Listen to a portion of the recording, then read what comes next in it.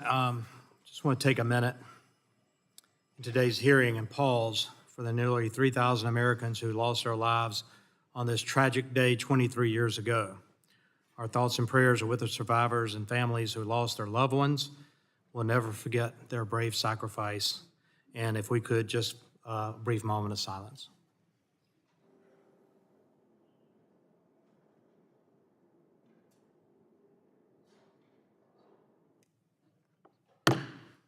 Thank you for that. Never forget. We welcome you to today's hearing. From gas to groceries, Americans pay the price of the Biden and Harris energy agenda. Today, we're going to review the past 4 years to examine how record high energy prices have impacted American families and their pursuit of the American dream. Since the beginning of this Congress, members of this subcommittee have attended numerous hearings and roundtables focused on the issues that impacted our everyday lives. Since day one, the Biden-Harris administration has waged a war on American energy, and the results have been devastating. The facts are undeniable. Inflation has surged out of control, price levels remain unacceptably high, and it all began with energy. Energy is foundational. Records have been set with historically high prices for gasoline, diesel, fertilizers, and many fossil fuel-based commodities. Supply chain shortages have rippled across the economy, affecting everything from computer chips to toilet paper. Americans are paying more for groceries, for their housing. They're paying high credit card bills, higher than when the administration took over. Massive government spending and tax subsidies have distorted energy markets and have destabilized our electric grid. And government spending is a huge driver of inflation. Who pays the price for all this? Every American, rich and poor, the upper class, the middle class, the lower class. They're paying more and getting less under the Biden-Harris agenda. Americans are suffering under the administration's energy policies. Energy powers our economy. The cost of energy, fossil fuels, and electricity is embedded in everything that we buy. From gas to groceries, everything costs a lot more than it did just 4 years ago. Now, my Democrat colleagues may not want to admit it, but American families are feeling the pain. Inflation, grocery bills, housing costs. These are real issues that people are talking about around their kitchen tables. These are issues that the people care about. Today's hearing will give members an opportunity to hear the stories of Americans on the front line of the Biden-Harris administration's American energy war. We will learn about and how the American dream is being threatened by energy and economic policies that prioritize a global climate agenda over American families, their standard of living, and quality of life. We'll hear how federal regulations targeting fossil fuel production and electric generation are resulting in record-shattering electricity bills and forced power outages. We'll also learn why our groceries cost so much more now than they did just 4 years ago. We'll examine the false promises of a green transition and why claims of price gouging are another distraction from the administration's failed policy agenda. Prices are high because of the built-in cost of energy and commodities. These trends are directly related to the policies of this administration. Now, we're going to hear from the other side of the aisle that oil and gas production is at record highs. And honestly, that's great, because global demand for energy is only increasing. But the Biden-Harris administration had nothing to do with that. Most of these increases have come on state and private land, and oil and gas projects don't pop up the ground overnight, and they don't pop up the ground in 4 years. From the time of a discovery to exploration to development of a well to bringing that production online takes years and years. And the production increases we're seeing now are based on the policies of past administrations, not this one that started day one, targeting the American fossil fuel and energy sector. We can talk about cancellation of offshore leases and leases on federal lands. Fewer lease sales on the OCS by this administration and its 5-year plan than we've ever seen. They've had a war on energy, wanting to stop LNG exports with their pause. We've discussed a lot of this. And taking credit for increased production today is like the rooster taking credit for the sunrise. It happened because of something else. not this administration's policy. This administration's only tried to thwart oil and gas production, a process that takes multiple years. Today's hearing highlights this subcommittee's work in this Congress.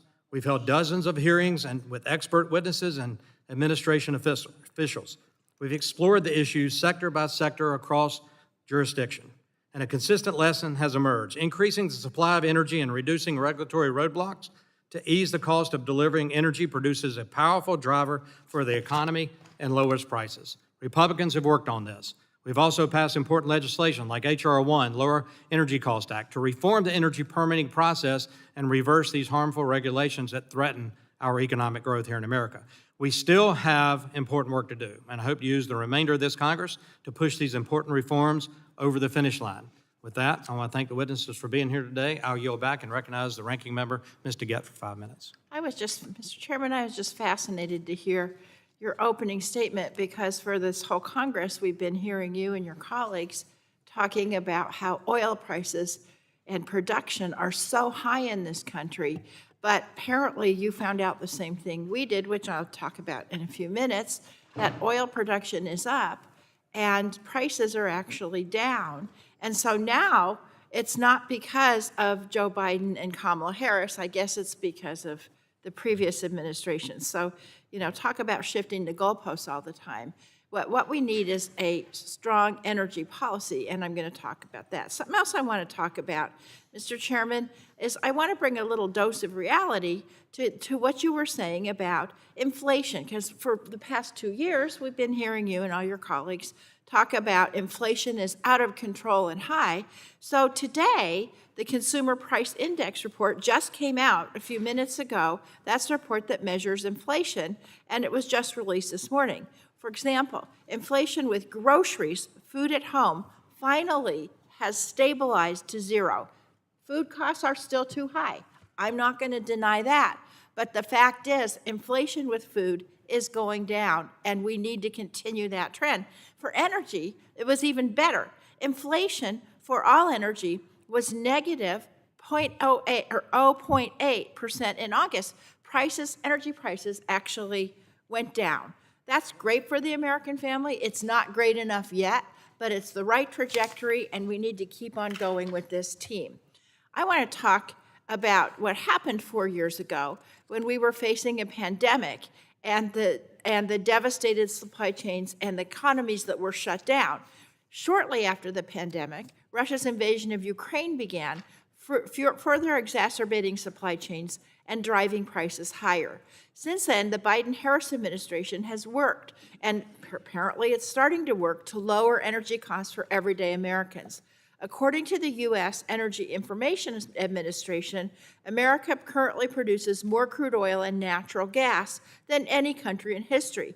But while we are seeing record production domestically, gas prices remain too high as big oil and gas companies return record profits and pay massive stock payoffs.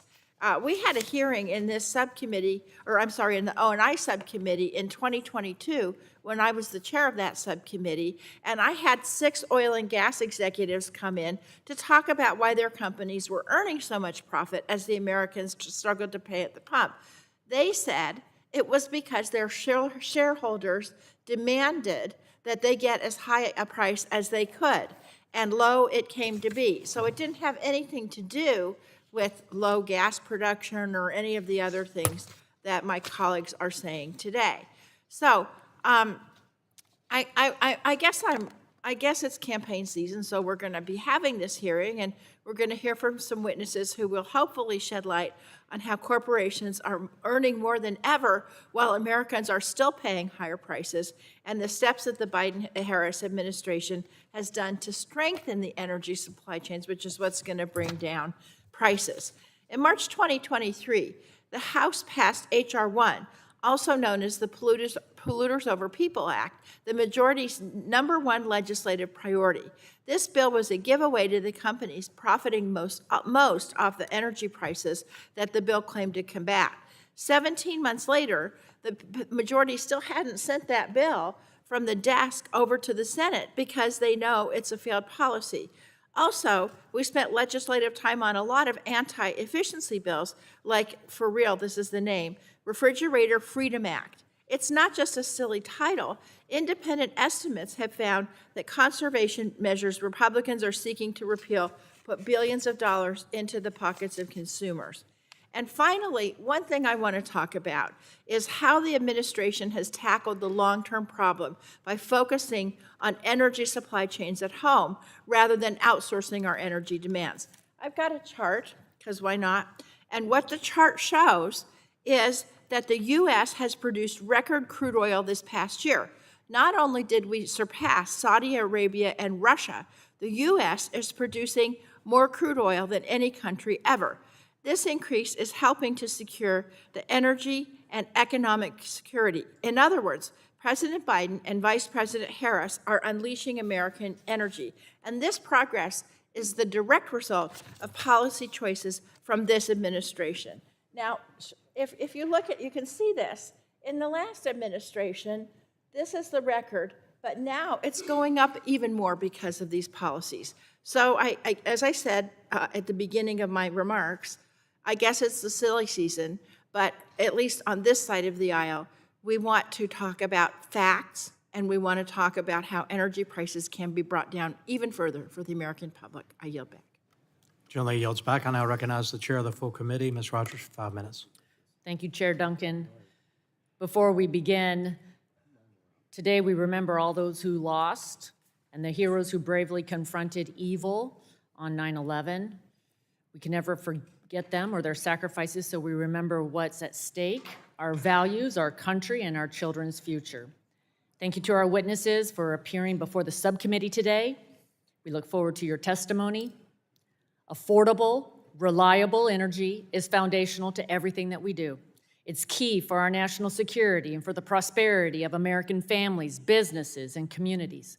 From the manufacture and production of everyday goods we need to take care of our families, to the power necessary to keep homes warm in the winter and cool in the summer, it starts with energy. Over the past 2 years, the Energy and Commerce Committee has led the way to expose how the Biden-Harris administration's war on American energy is fueling the out-of-control inflation that is hurting our financial security and the financial security of the American people. We have examined how the administration's radical rush to green agenda and regulations are threatening our national security and our economic growth by restricting energy expansion, by shutting down reliable baseload power generation and replacing it with unreliable, expensive generation, and by driving up the cost of mobility and home ownership, putting the American dream out of reach for many.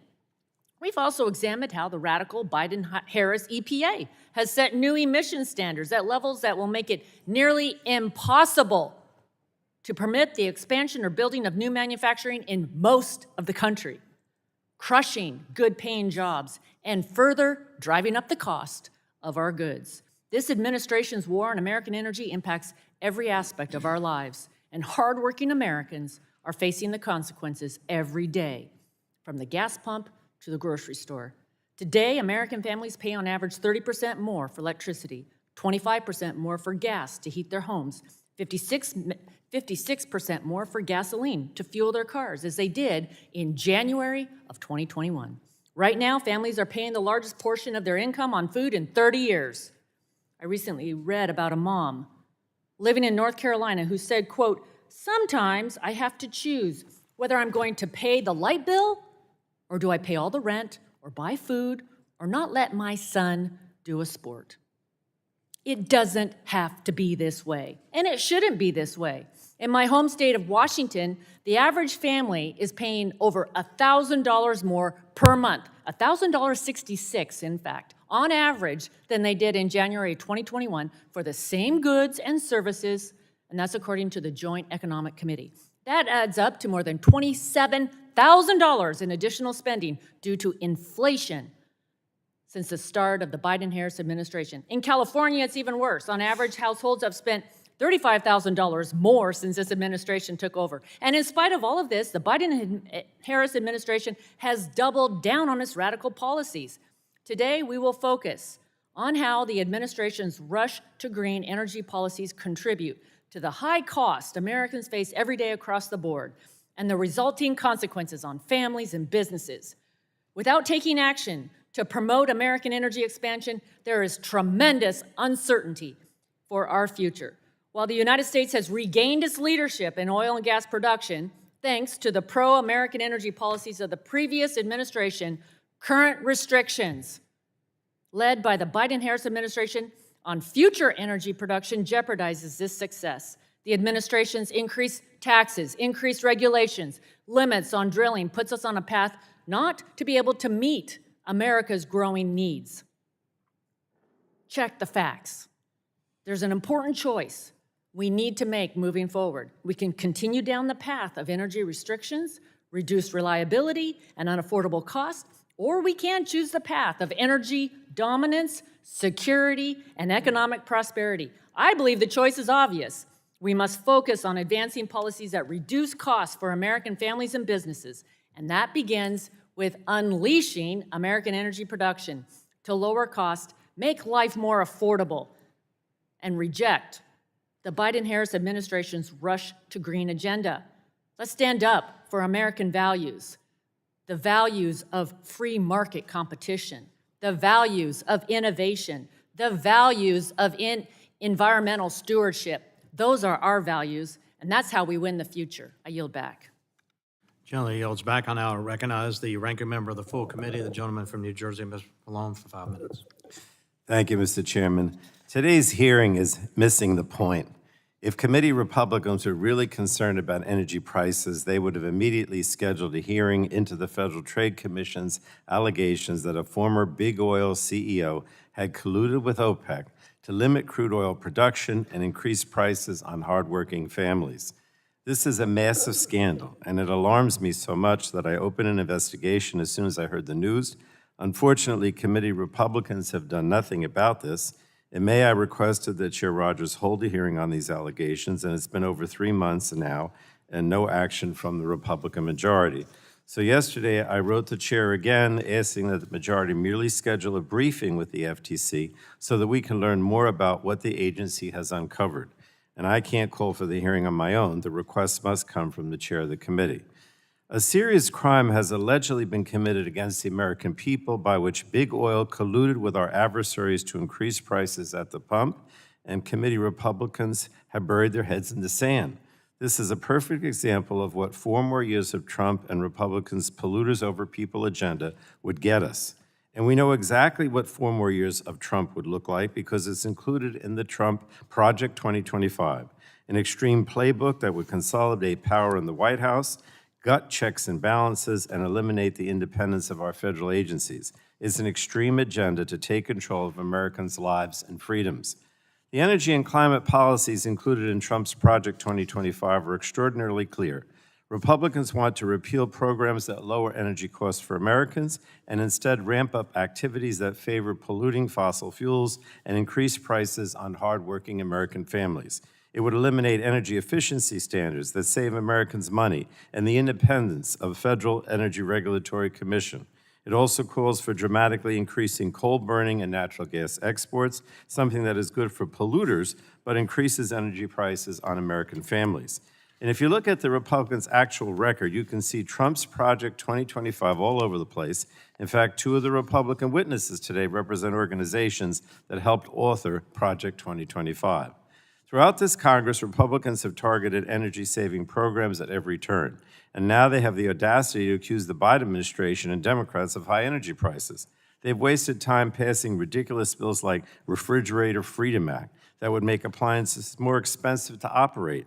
Virtually all the energy bills Republicans have prioritized this Congress echo the extreme policies outlined in Project 2025. And this all stands in stark contrast to the substantial victories that the Biden-Harris administration and congressional Democrats have achieved over the last 4 years. President Biden was able to use the nation's strategic petroleum reserve to lower gas prices when they spiked in 2022 after Vladimir Putin's invasion of Ukraine. The Biden-Harris administration sold oil when prices were high and bought it back when prices were low, making a profit of nearly $1 billion for the American taxpayer. Meanwhile, gas prices are down $1.60 below their highs 2 years ago. That's a win-win for the American people. And thanks to the Biden-Harris administration and congressional Democrats, the average household is poised to save up to $220 a year on electricity costs over the next decade. The bipartisan infrastructure law and the Inflation Reduction Act included a variety of programs and tax credits designed to help Americans lower energy consumption and reduce energy bills. The key goals of these laws were to lower costs for American families, create good-paying jobs, and combat the worsening climate crisis, and that's exactly what they're doing. Now, this hearing is about contrasting agendas. Trump's Project 2025 will increase energy prices, make power less reliable, and make our air and water dirtier. It's a playbook to ensure that Americans are dragged back to the 19th century rather than advancing forward into the 21st century. Democrats' energy priorities will ensure that every American has access to affordable, reliable, and clean energy. Republican energy policies, by contrast, double down on expensive and volatile fossil fuels, raising energy bills on families across the country in the process. And we can't allow that to happen. We just cannot go back. That's the bottom line. And with that, Mr. Chairman, I yield back the balance of my time.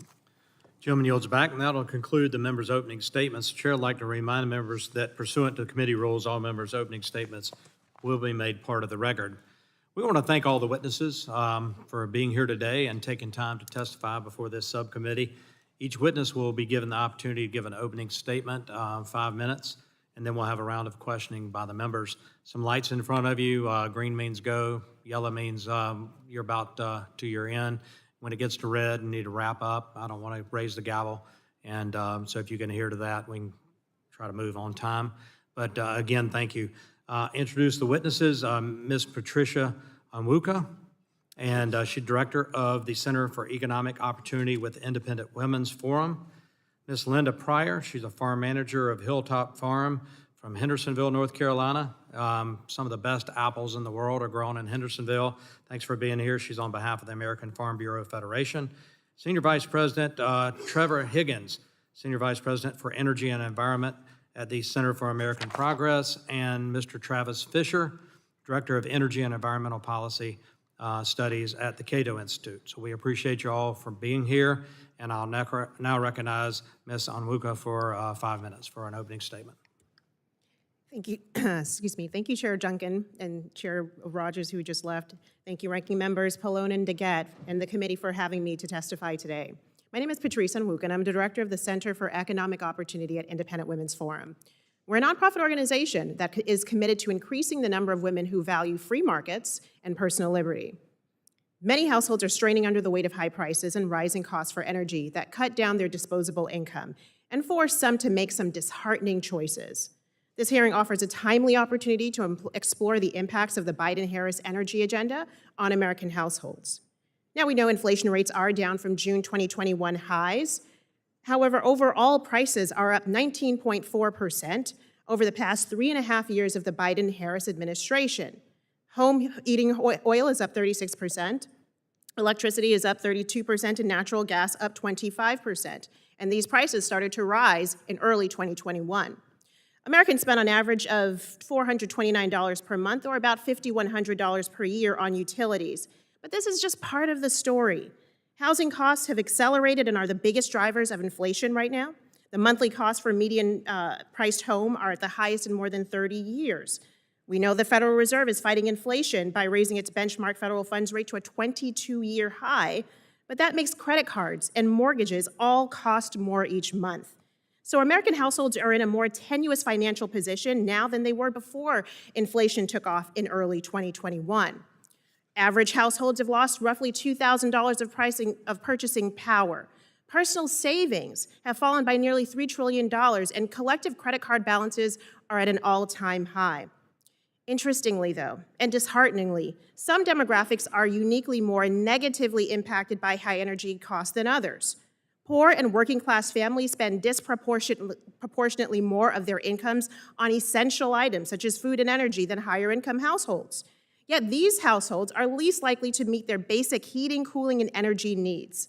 44% of households living near or below the federal poverty line experience these challenges.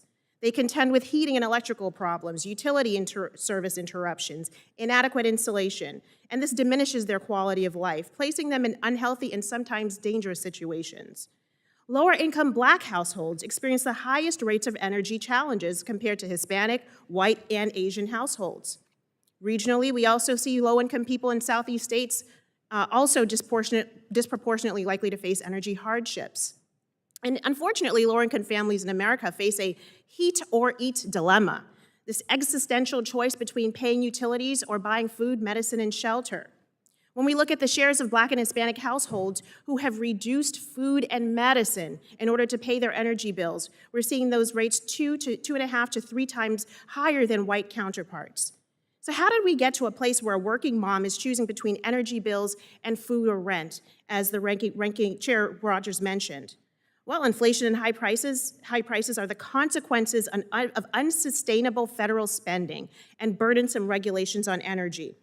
Economists on the left and the right agree that the $1.9 trillion American Rescue Plan fueled inflation by injecting the economy with stimulus funding to spur spending when supply could not keep up. The Biden-Harris climate agenda has focused on undermining domestic energy production, causing energy costs to rise.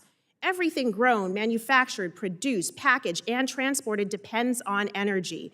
And as energy prices rise, consumers are paying more. We've seen the administration cancel pipelines, take hundreds of thousands of acres offline for drilling, institute restrictive new environmental standards that raise the cost of drilling. And interestingly, there's this new carbon-reducing regulatory agenda that forces households to switch to costly appliances. Americans are paying 34% now more for appliances compared to 15 years ago. But by targeting 15 consumer appliances, everything from stoves to refrigerators, air conditioners, ceiling fans, dishwashers, Americans are left with fewer options, and the upfront cost of installing these new appliances would be cost prohibitive to too many households who would forego any purported energy savings. Really? How can policymakers demand that an average household pay an additional $9,000 to retrofit their home with these alternative appliances when they're barely treading water and are choosing between food and heating their home? We need to restore the American middle class to prosperity, bring prices down, and that starts with economic growth that leads to sustained real wage growth, not just nominal, and also policy reforms that rein in fiscal spending and burdensome regulations, especially on energy. Thank you. Thank you for your testimony. I now recognize Ms. Pryor, whose farm area is right above my district, just across the North Carolina line. So, Ms. Pryor, you're recognized for 5 minutes. Chairman Duncan, Rogers, Ranking Members Dingell and Pallone, members of the committee, thank you for having me. My name is Linda Pryor. I'm a third-generation farmer in western North Carolina. We primarily grow apples and corn, along with hay and beef cattle. In addition to being a farmer, I'm a wife, mother, and the primary grocery shopper for my family. As the USDA numbers released last week show, this will be the second consecutive year of negative growth for farmers and ranchers. The agricultural sector is facing unprecedented challenges due to rising costs to operate, particularly increased petroleum prices.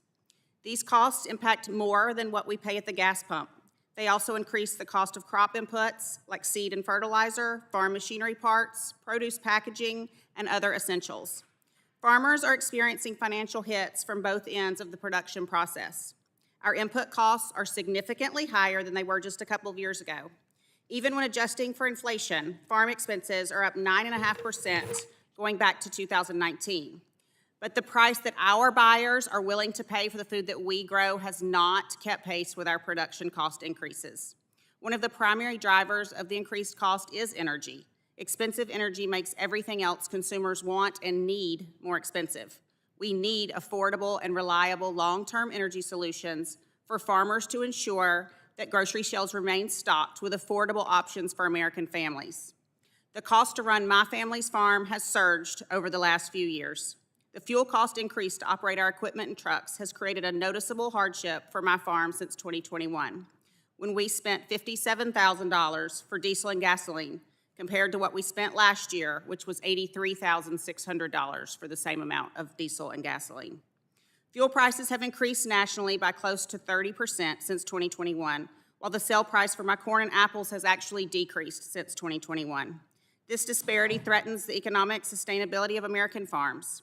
According to USDA, 70% of agricultural products are dependent on trucking, but on my farm, 100% are dependent on trucking, both to receive the materials that we need to operate and to move our crops off the farm. Trucking fresh produce requires dependable, on-demand energy to operate. Once apples are harvested, they must be moved quickly to avoid deterioration, and the apples that I grow go to multiple outlets. The over 5 million pounds of apples that we grow travel an average of 775 miles to their first destination. During harvest season, we operate up to 3 tractor trailers ourselves and truck the 150,000 bushels of corn that we grow. Those trucks will leave our farm around 5 a.m., travel 208 miles round trip to the mill in Newberry, South Carolina, then return to move the corn out of the field as it is harvested, transport it to our bins for storage, and reload for the next morning to do it all again.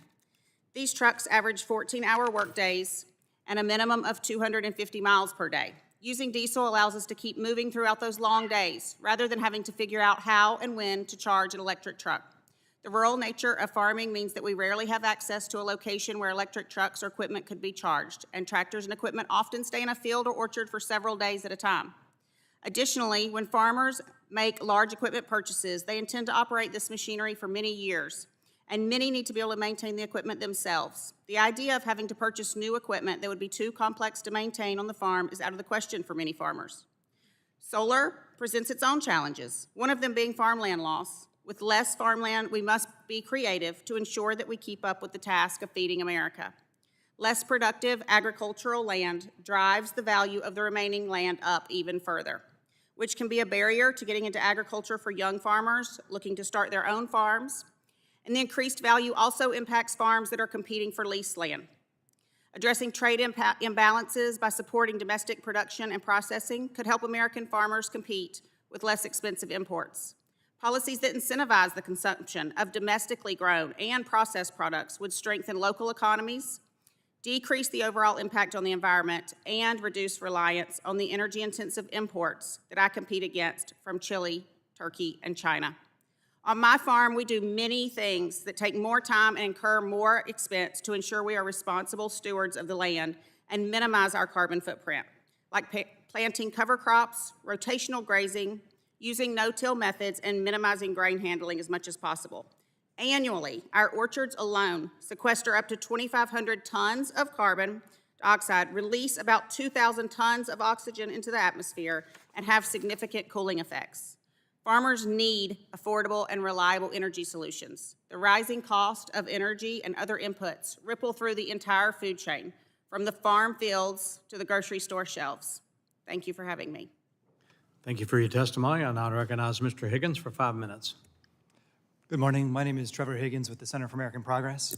Thank you, Chair Duncan and Ranking Member DeGette, for this opportunity to provide testimony on clean and affordable energy investments, about 2 years now after the Inflation Reduction Act was passed.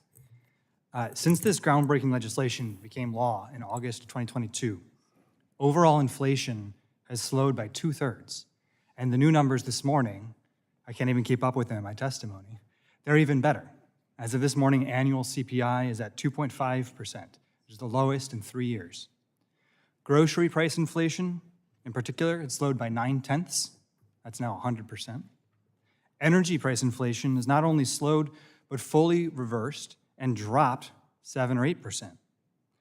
Meanwhile, wages have risen by more than 8%, far outpacing inflation. This is an exceptionally strong record. The Inflation Reduction Act is truly living up to its name. Today, I'd like to highlight a few of the ways the law's strategic investments are driving economic growth, creating new opportunities for the middle class, and lowering energy costs. I'll also highlight the severe consequences of potential repeal. First, in the last 2 years, according to the Clean Investment Monitor that's maintained by the Rhodium Group and MIT, total U.S. investment in domestic clean energy manufacturing has quadrupled. These investments are preparing the U.S. to remain competitive in the clean energy economy. And that's not only good for economic growth and competitiveness. Clean energy investments are a key strategy in the fight against inflation. They shield the economy from the price volatility of fossil fuels. As a recent report from Energy Innovation has documented, states that are investing in clean electricity have seen less increase in electricity prices than the states who've remained most dependent on natural gas. Take Texas, for example, where wind and solar have saved $11 billion in wholesale electricity costs in 2022 alone. Clean electricity has become the most affordable source of energy there is, and these investments are getting it built. Second, new investment programs are directly supporting families and communities who want to make the switch to electricity and improve energy efficiency.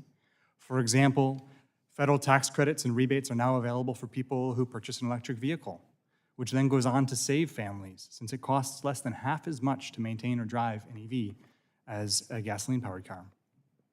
There are new rebates for people who install efficient home heat pumps, which can save typical families anywhere between $60 and $840 every year, depending on the type of fuel they were using before. Grants, loans, green banks, direct pay tax credits, they're making it possible for local libraries to add rooftop solar, for small businesses to fix up energy efficiency of their storefronts, for school districts to buy pollution-free school buses, for retrofitting affordable housing apartments with updated equipment. This upfront financial support is making it affordable for people from all walks of life to participate in the clean energy future if they choose to. And even households who are not ready to make the switch to electricity, they can still see major savings from the economy-wide transition to clean energy. Under current policy, demand for fossil fuels could decline in the United States by as much as 16% for petroleum and 20% for natural gas over the coming decade. When demand falls, prices fall, and that benefits everyone, as long as it's not counteracted by exporting the gas overseas. The overall effect of these policies is to shift the economy toward clean and affordable energy. Under current policy, household energy costs are on course to drop by 1/3 in 2035. That's an annual savings of roughly $2,000 per household. Turns out that clean air pollution standards, energy efficiency appliance regulations, clean energy investments are unmistakably strong tools in the fight against inflation. Unfortunately, there are plans and ongoing efforts to repeal the Inflation Reduction Act. Project 2025's plans would cause 750,000 direct job losses in 2030 if implemented. These plans would raise electricity prices, prolong dependence on gasoline, and reverse the trajectory towards lower energy costs that I referenced. Instead, we would see increased annual household energy spending above even the pre-IRA numbers. Worse, it would lock the United States into continued greenhouse gas emissions of more than 4.5 gigatons forever. Among the many consequences of climate change, given the topic of this hearing, the one I want to point out is that climate change also raises costs. Already at current levels of warming, insurance premiums are up by 1/3 between 2020 and 2023. Extreme weather is a major determinant of food prices, and extreme heat is costing $1 billion in extra health care costs every summer.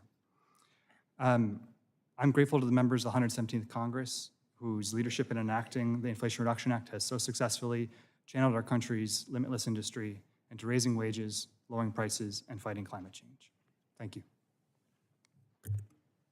Thank you for testimony. Gentleman yields back. I'll now recognize Mr. Fisher for 5 minutes. Good morning, Chair Duncan, Ranking Member DeGette, and distinguished members of the subcommittee. I'm Travis Fisher. I'm the Director of Energy and Environmental Policy Studies at the Cato Institute.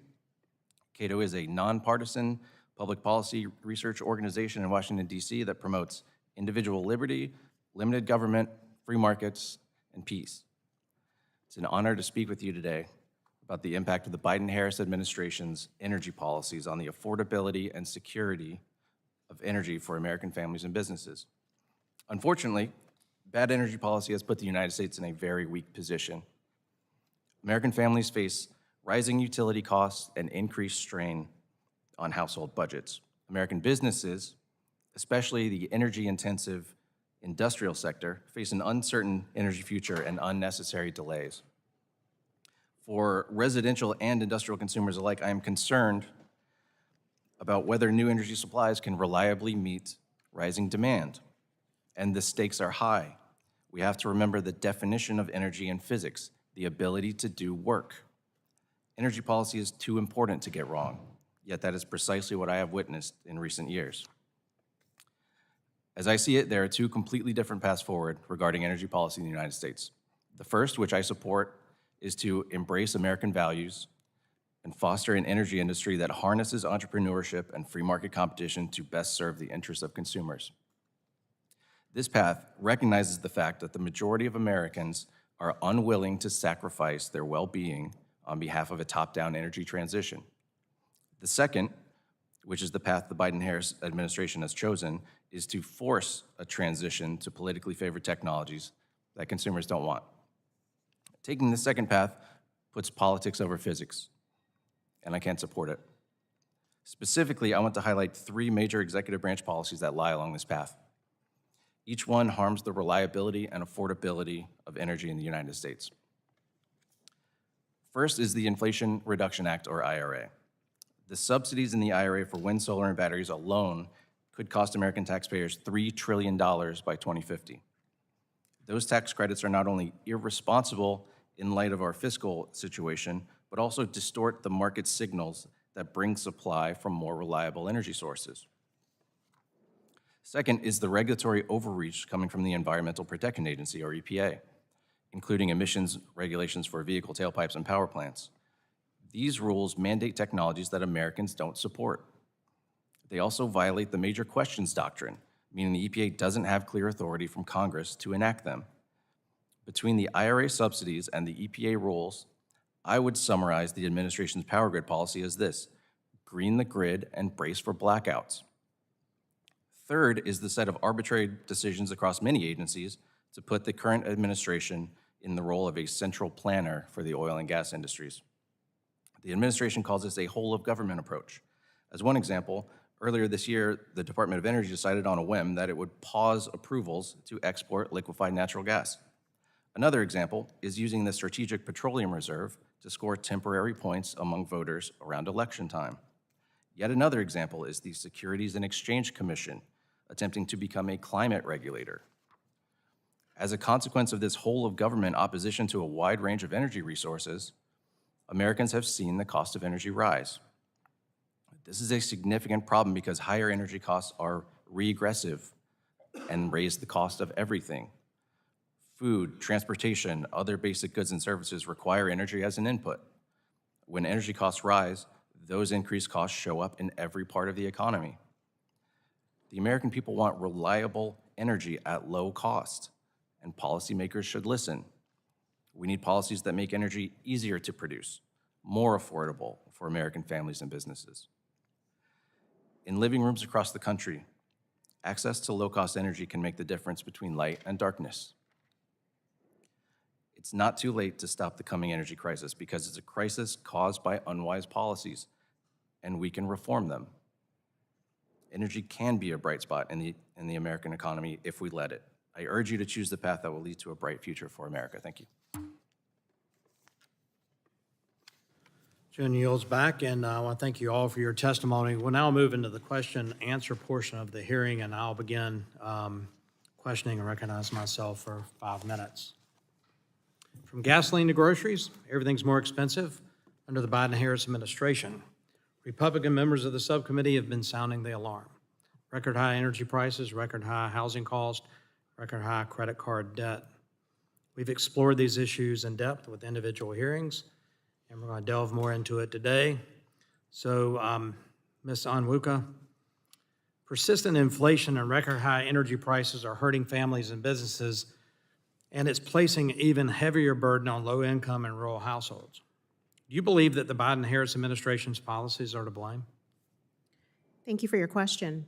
I do. I do believe that the Biden-Harris administration, from the start of their administration, have implemented fiscal and economic policies that have certainly driven, and energy policies that have led inflation to skyrocket to what it was. Let's not forget that the American Rescue Plan Act, it passed in 2021, mid-2021, we had economic Obama administration economists like Larry Summers warning that this would touch off generation high inflation.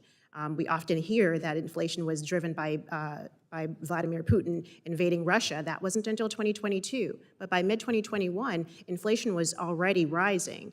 And let's not forget that at the start of 2021, inflation was just 1.4%, well below the Federal Reserve's 2% target rate. So when you're targeting economic policy, massive fiscal spending that continues, as well as the impact on energy, the policies around energy, that's going to have an impact, and I think that is continuing. Yeah. You're an economist. Is it fair to say that increased government spending is a driver of inflation?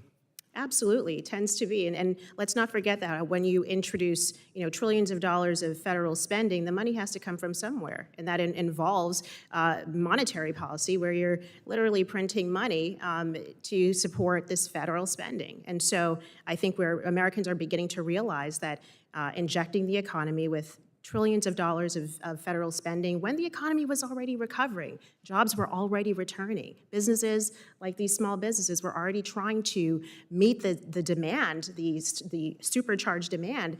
Inflation is the result of that. It was not the time for additional fiscal spending. We've talked a lot about basically transportation fuels, input cost, but also the premature retirement of generation around the country and a push toward certain energy sources has driven utility cost up. Isn't that fair to say? For average Absolutely. As I mentioned, the increase in utility costs for households has been, remarkable. Over 50% in certain fuel costs, for example, or let's see here, 36% for heating oil, 32% for electricity, and natural gas up 25%. But altogether, the American household is not just weakened by inflation, it's also the high cost for borrowing, the high credit card bills, the high mortgage payments. All of this feeds into a weakened family financial position. Yeah, thank you for that. Ms. Pryor, American farmers have faced unprecedented challenges over the last 4 years. You were very clear in your testimony due to rising energy costs and all the costs for input costs, transportation costs, et cetera. How does it feel to hear Vice President Harris and Democrat colleagues playing the blame on farmers and grocery stores for price gouging? It's disheartening because we don't have any say over what a grocery store charges. And as I mentioned in my opening, our prices that we're paid for our crops have actually You're told decreased. what someone would pay for your apples, We are price takers, not price makers. The choice is take it or leave it, not what do you want your price to be. Yeah, that's exactly right. How do high electricity prices impact your farm? So in North Carolina, one of the changes that has occurred is I'll tell you exactly the name, the North Carolina Renewable Energy Standard, which requires, so in our area, Duke Energy is our only option for power, that they meet up to 12% of their energy needs through renewable energy resources or energy efficient measures. What seemed like could be beneficial once they put that in place, and I opened my power bill, there was a renewable energy rider that was to compensate for that expense that they incurred to do that. So they're not making a profit off of that, but they're passing it on to the customers. So it ends up costing the customer more for them to be able to meet that mandate. Thank you for that. Mr. Fisher, real quickly, what's driving the 800% increase in PJM's capacity prices? The short answer is supply and demand. Supply is being reduced by policies like I mentioned with the EPA shutting down significant swath of power plants. Demand's rising, and one sort of nerdy add-on to the question is that PJM finally right-sized the capacity contribution of intermittent resources. So all those changes together, we still need the power. It's growing, so prices are only going to go up. Yeah, my time's expired. I'll now recognize the ranking member to get for 5 minutes. Thank you so much. Ms. Pryor, first of all, I want to assure you that contrary to what the chairman said, the Democrats are not blaming farmers for high food prices. Now, grocery stores and chains, it's a different story, and I know my colleague, Ms. Schreier, is going to talk about that a little bit. Secondly, you really, I thought, persuasively described how your trucks have to drive long hours to take the corn to the processing plant, and that they use diesel for that. Is that right? Yes, ma'am. And I just want to know, has any government, either your local, state, or federal government, mandated that you shift to electric vehicles, yes or no? I don't know of any current mandates, no. Yeah, there's no mandates, and I'm here to tell you, even if I have the gavel next time, I am not going to make a mandate for you to shift to electric vehicles. The other thing I just want to point out is I had staff pull the prices because high fuel prices do add to the cost of groceries, and they do add to farmers' costs. So in 2022, right after the huge spike and rise of fuel by the oil and gas companies, diesel was $5.81 a gallon. A year ago, it went down to $4.54 a gallon, and today, diesel is $3.56 a gallon. And I think it should be lower, but at least we're going in the right direction. Now, Mr. Fisher, I wanted to ask you, you contributed to Project 2025, correct? That's correct. And I want you just confirm to me, since you were one of the authors of Project 2025, that 900-page proposal calls for the elimination of the Office of Energy Efficiency and Renewable Energy, the Office of State and Community and Energy Programs, and the Loan Programs Office, correct? I believe that's correct, but I also want to clarify that I contributed more to the section on FERC than Okay, DOE. but so yes or no? Does it propose eliminating those? I believe that's true. Okay. Now, we've also heard a lot about how Project 2025 seeks to consolidate power in the White House and wholly eliminate longstanding programs that don't support Republicans' fossil fuel agenda. So, Mr. Higgins, I want to ask you a couple questions. Mr. Fisher did confirm, sort of weekly, that Project 2025 calls for the elimination of EERE, SCEP, and LPO. By the way, that's on pages 379 and 369 of Project 2025, if anybody is uncertain.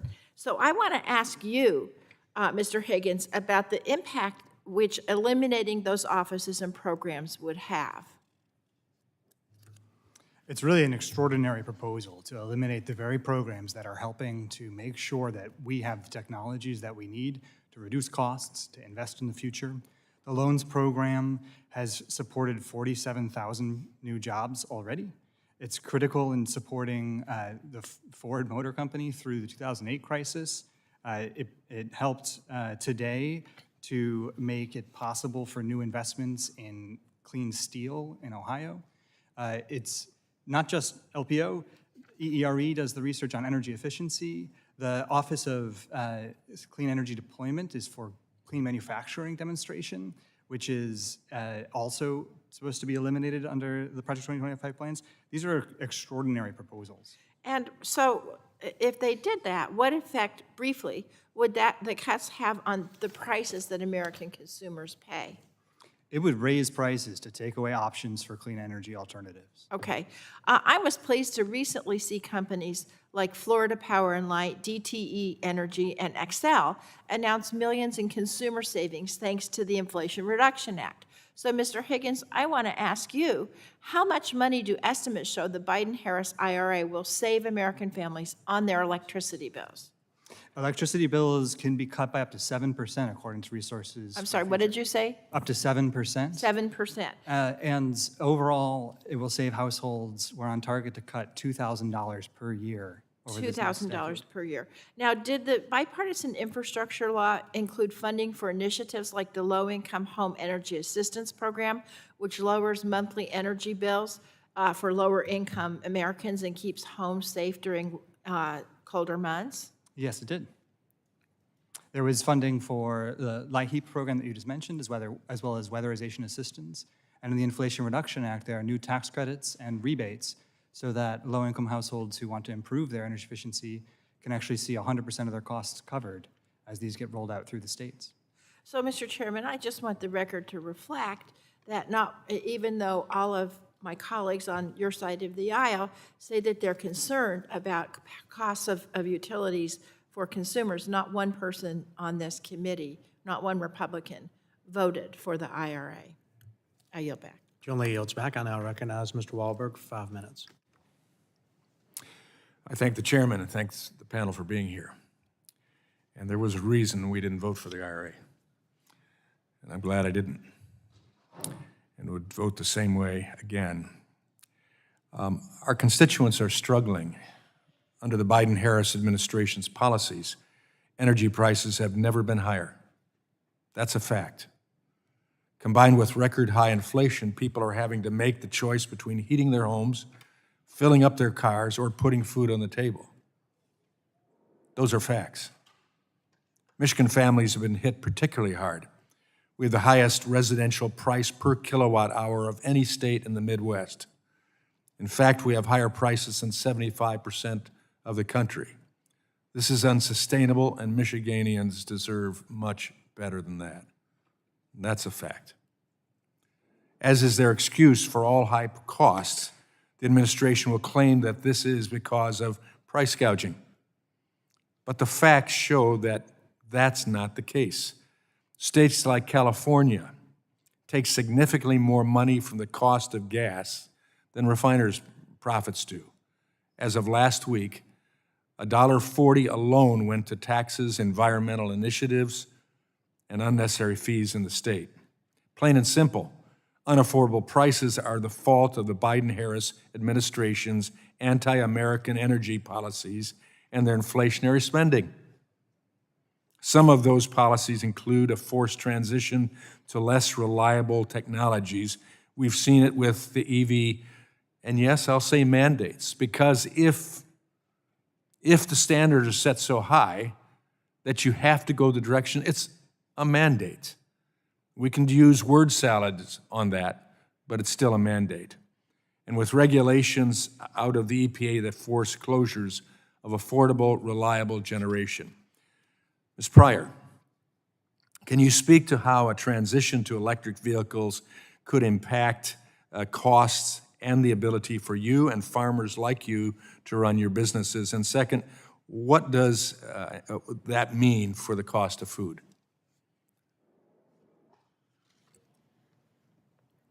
Like I tried to explain, I know it's difficult for people to imagine, those long hours and running equipment for that length of time.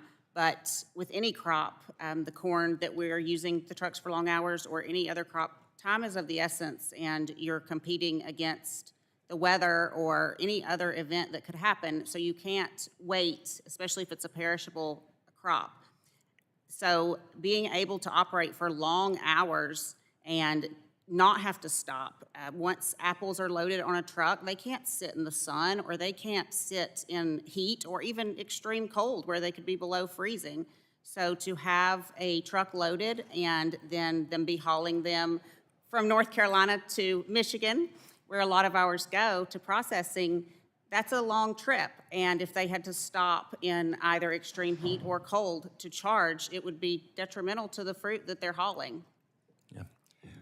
Yeah, I mean, the haylage that's going past my house right now and silage, they can't wait. The trucks that just fly past my house and they're coming back ready for the tractor, ready for the unloading. And that's what, so with corn, you have your combine bin is full or your grain cart is full, you're stopped until you can offload onto that truck. And for our farm, and I know a lot of other fellow farmers, we don't have the option of, well, we'll just have multiple trucks, so if one's charging, we'll run our other one. That's a huge expense. We have exactly the amount that we need, so we don't have a spare to be charging. You are a just-in-time industry, that's for sure. Mr. Fisher, in your testimony, you discussed how the IRA isn't the boon to reliable American energy that it's sold as, but it actually threatens the power grid due to its reliance on subsidies and intermittent renewables. Can you unpack that for me and our committee a little bit further? Yeah, so the Inflation Reduction Act is a series of subsidies. It was, the thought experiment is you take something like the Green New Deal and squeeze it through a budget package. It's just subsidies. And what subsidies for intermittent resources do is they distort price signals. So in the US, power plants have to make money. If you're a coal-fired power plant, a gas-fired power plant, you need the market signal to produce and to stay online. What the subsidies do is not only force more of the intermittent resources than would show up otherwise, but also cuts into that revenue. So then what you see is those plants start closing, prices start going up, or you see even the reaction to that is basically you have to subsidize the reliable plants too. So it's a subsidy game that just it snowballs. Never ends. My time has expired. I yield back, Mr. Chairman. The gentleman yields. The chair now recognizes the ranking member of the full committee, the gentleman from New Jersey, Mr. Pallone. Thank you, Mr. Chairman. I want to ask a question about some of the proposals in Trump's Project 2025. The chapter on the Department of Energy is a Republican wish list of closed offices and shuttered programs, and you really don't see anything that would help reduce energy prices for Americans or combat the climate crisis. So we know that these extreme cuts will drive up costs for Americans, but I want to get into some of the details here.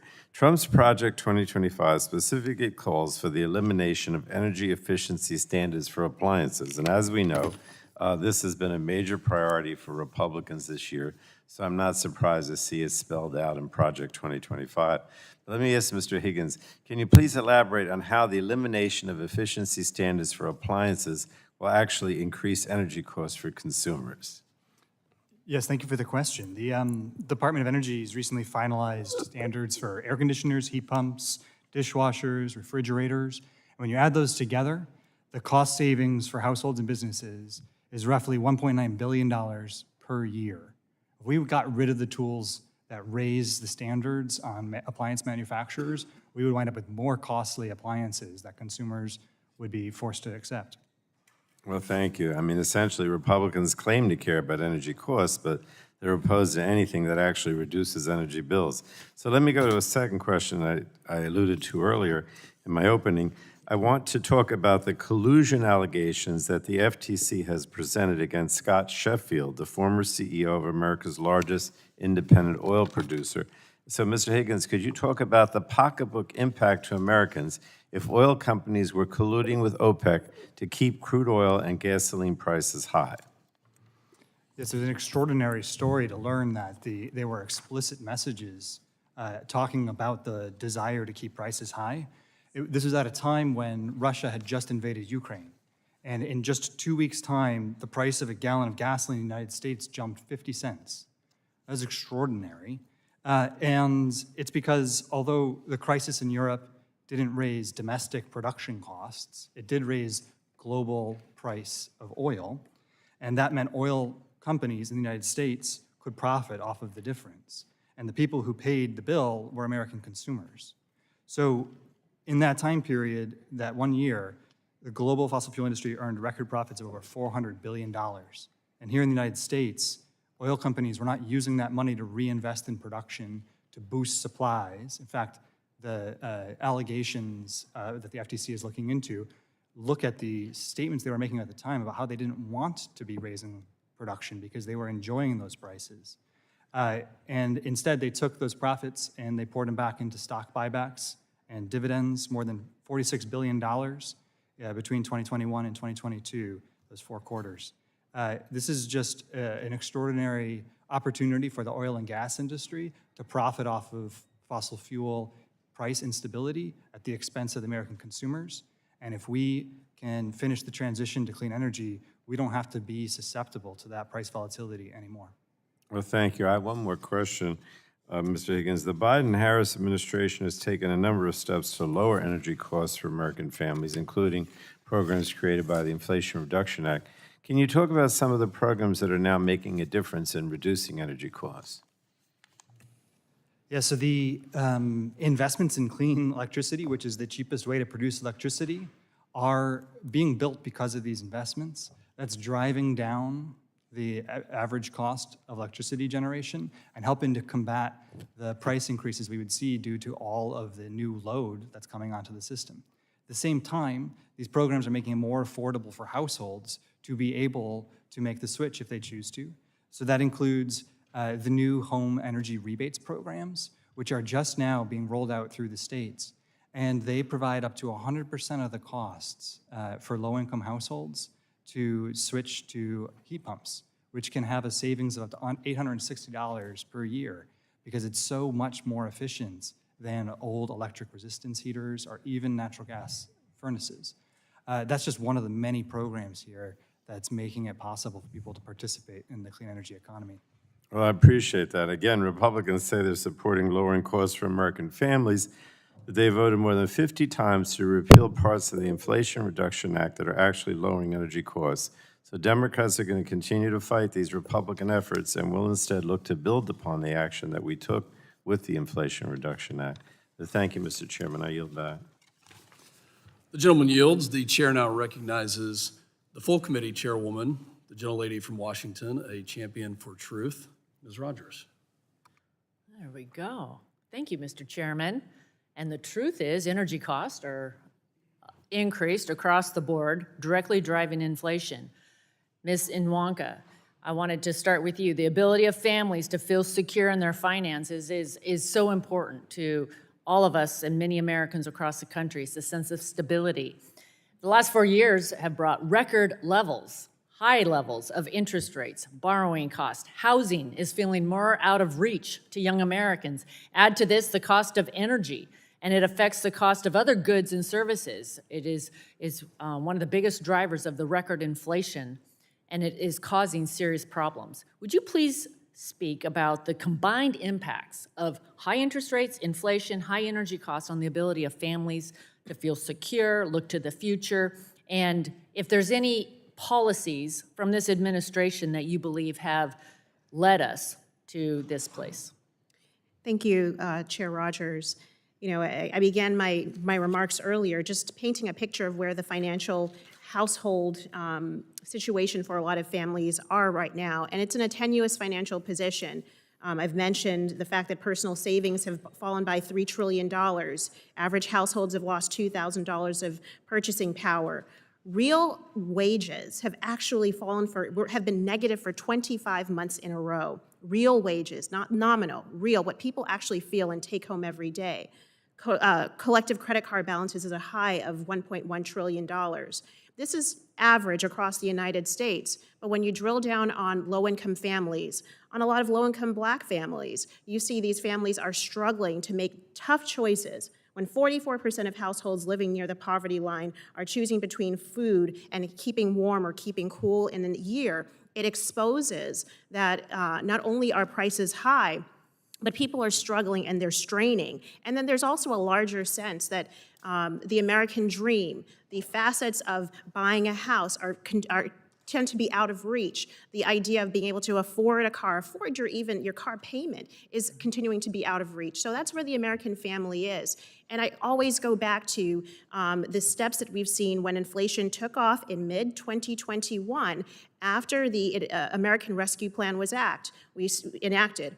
We saw after that point large fiscal spending bills, whether you're talking about the Inflation Reduction Act, which President Biden recently, yesterday I believe, or 2 days ago, admitted was really not about reducing inflation. It should have been named something differently. Thank you. We recognize that the climate change investments are one thing, but actual bread and butter issues where people are is not where these energy policies or fiscal economic policies are really hitting and helping them. Thank you for those insights. I have some more questions.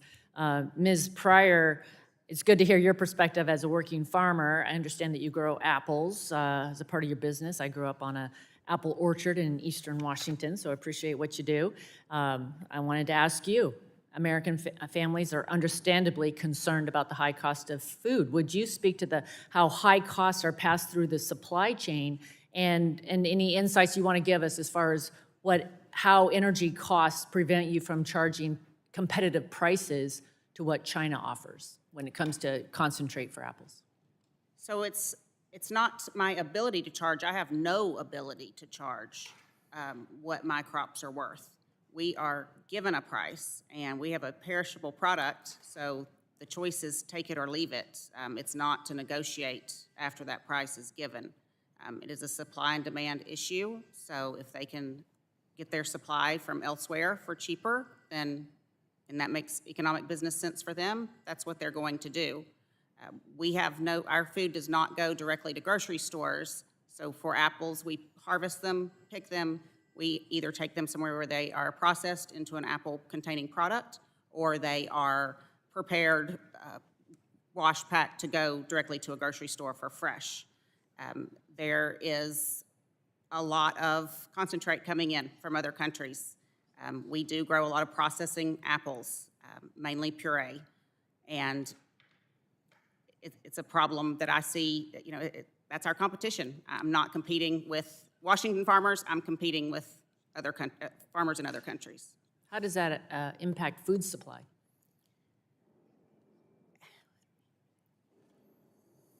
The supply is, I don't, as an American farmer, it is disheartening to me to think that we would be dependent on another country to feed our citizens. I want our citizens to be eating food that I'm growing. I'm very proud of what I do. And I also, I know from, you know, we had supply chain issues in 2020. We don't want to be dependent on another nation to feed us. We want to feed ourselves. Thank you. Thank you. Thank you all for being here. I have more questions, especially about why Washington State is paying among the highest grocery bills in the nation, but I'll have to follow up in writing. Yield back. Gentlelady yields. The chair now recognizes the esteemed gentleman from California, Mr. Peters. Thank you, Mr. Chairman. The Biden-Harris administration, through the IRA and the IIJA, has leveraged over $600 billion in private investment in American energy and manufacturing. It's the largest investment in climate action in the history of the world. We're here to talk today in part about the costs and benefits of these strong investments in America.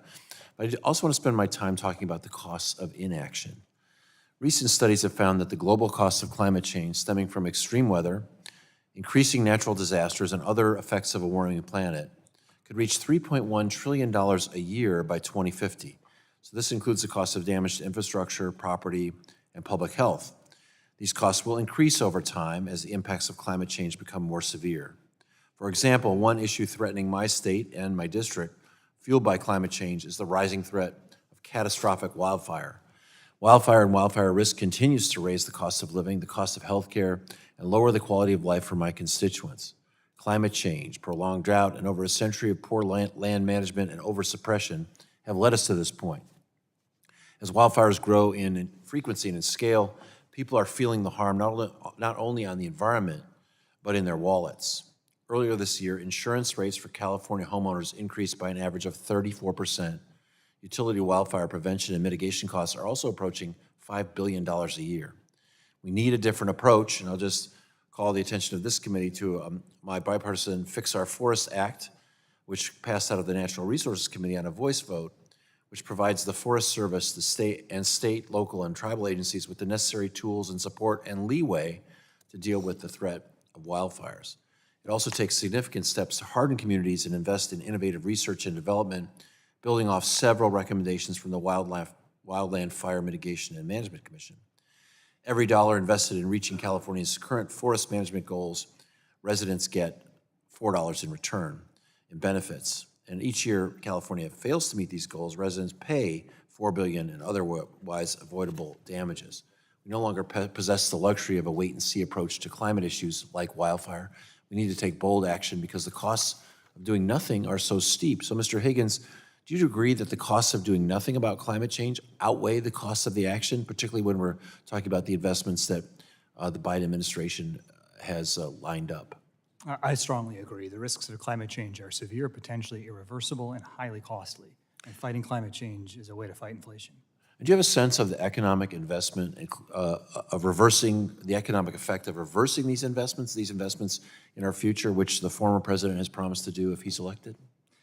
Yes, so the Energy Innovation has a great report looking at Project 2025, and if those proposals came to pass, it would cost 750,000 jobs directly, 1.7 million jobs when you count indirect jobs also, in 2035. It would cut economic growth, it would raise electricity prices, it would prolong dependence on gasoline. It's a very difficult set of policies to contemplate. Thank you. On a specific issue, if you're able to comment on it, catastrophic fire has become the largest single source of particulate pollution in the United States. It poses a major threat to communities, watersheds, and ecosystems. Are you able to address how climate threats, for example, the threat of catastrophic wildfire, is an economic and public health issue? Yes, so wildfires have, as we've all seen here on the East Coast, been impacting the world at an increasing rate. I think we're only now just catching up to the realization that Californians have had for a long time. Climate change is causing harms today, So the average cost right now of wildfires, according to the Joint Economic Committee, was between $400 and $900 billion each year in economic costs and damages. That counts property damage, the direct and indirect deaths, health impacts from wildfire smoke, income loss, watershed pollution. These are very significant problems, and it's driving a home insurance affordability crisis.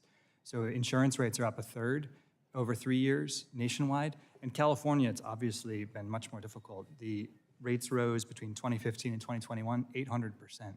Right. So using wildfire as an example, it's an illusion that we can avoid spending this money one way or the other. Spending it upfront is much more efficient. Investing today in preventing not only the rise in insurance costs, but also cancellation of policies and potentially catastrophic losses for homeowners is also is important. So I think we should keep that in context. When we talk about these costs, we're going to pay one way or the other. Let's pay it the smart way. Thank you for being here. Thanks to all the witnesses, and I yield back.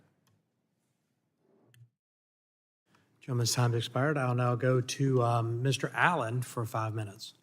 Thank you, Mr. Chairman, and I want to thank all of you for being here today and testifying on this important issue. You know, Americans across the country are suffering from high energy prices due to this administration's rush to green energy agenda. You know, this needs to be bottom up and not top down. I think every American, you know, wants a clean environment, and I'll tell you, America leads the world. We've reduced our carbon footprint 10 times what any other nation has done, and we're doing our part here. The war on fossil fuels and regulatory climate are making energy prices unsustainable, and this is impacting every sector of our economy. We just came back from our August district work period, and the top issue I heard from my constituents is how their bills keep increasing. I also have a very agriculture heavy district, and I have heard from farmers. In fact, I just met with peanut growers with the devastating impacts that high energy prices are having and input costs are having on their bottom line. Ms. Pryor, one issue I hear about from my farmers is their high input cost. In your estimation, what percentage of your input costs are for fuel?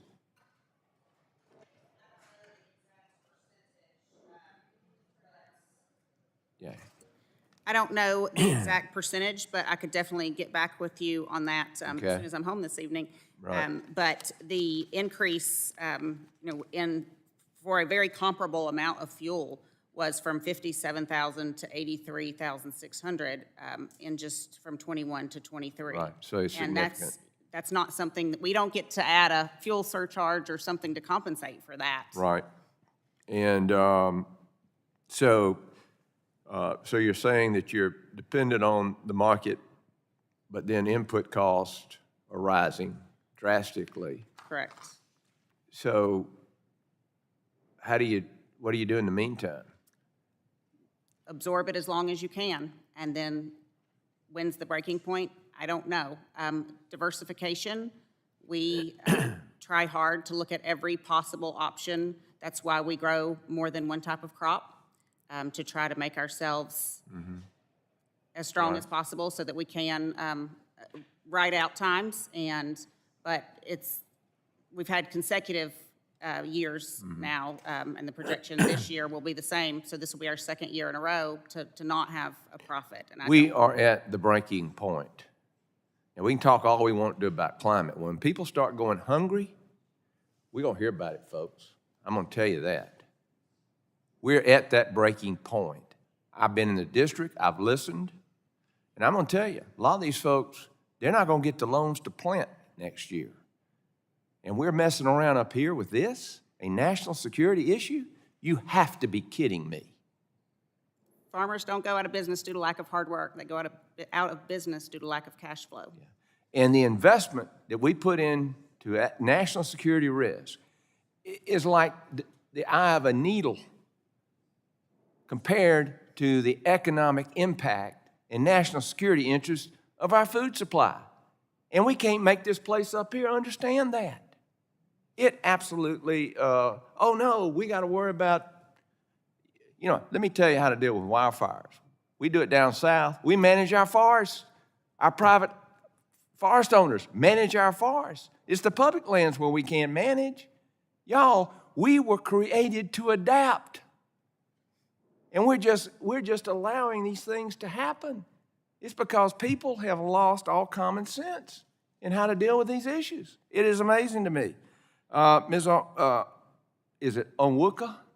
Did I get that right?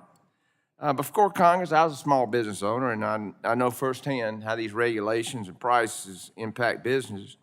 As you noted in your testimony, energy is a top business expense for 35% of small businesses.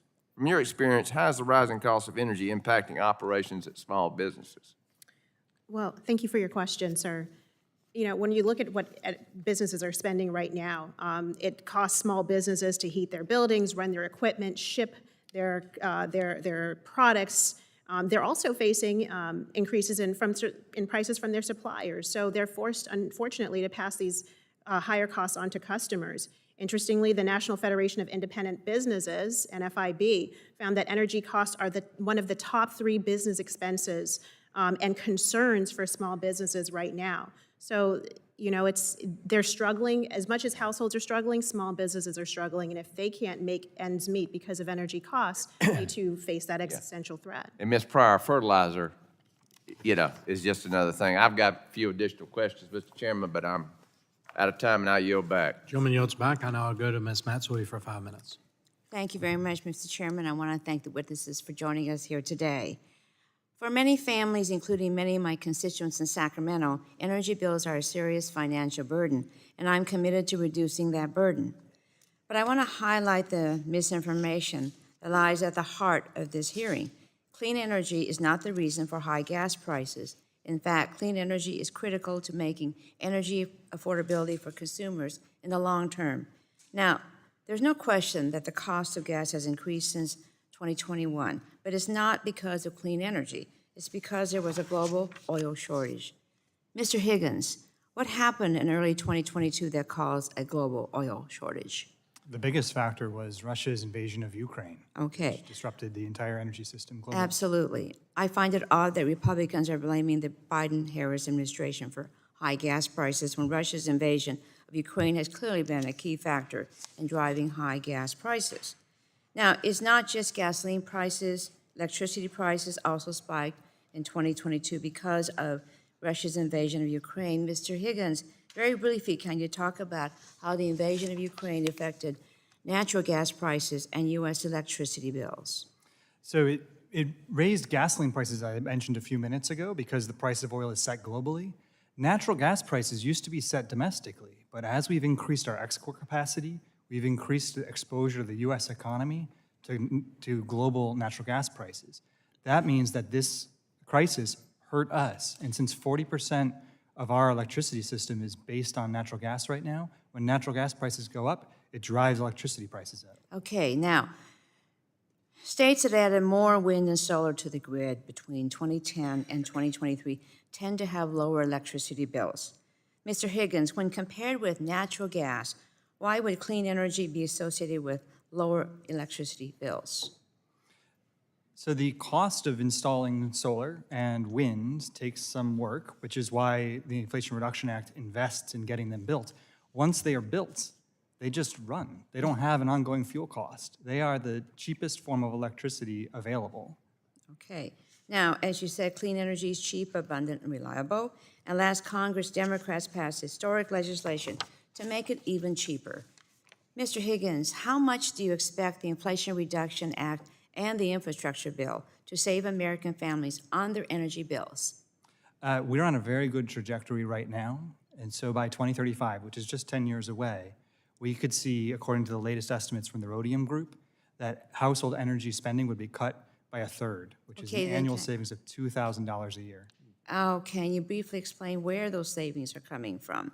Some of it comes from reduced spending on electricity because of increased efficiency. Some of it comes from counteracting the price impacts of increased demand on the electricity grid by switching to clean electricity. A lot of it comes from the households that do switch to electric vehicles because it works for them, no longer having to pay gasoline. And this insulates the entire economy from price volatility. Okay, now it's not just about lowering electricity bills, but it's also about bringing manufacturing back to this country and providing high-paying jobs for hardworking Americans. Mr. Higgins, how has the Inflation Reduction Act and the infrastructure law impacted investment in U.S. manufacturing? Clean energy manufacturing investment has quadrupled in the 2 years since the Inflation Reduction Act compared to the 2 years prior.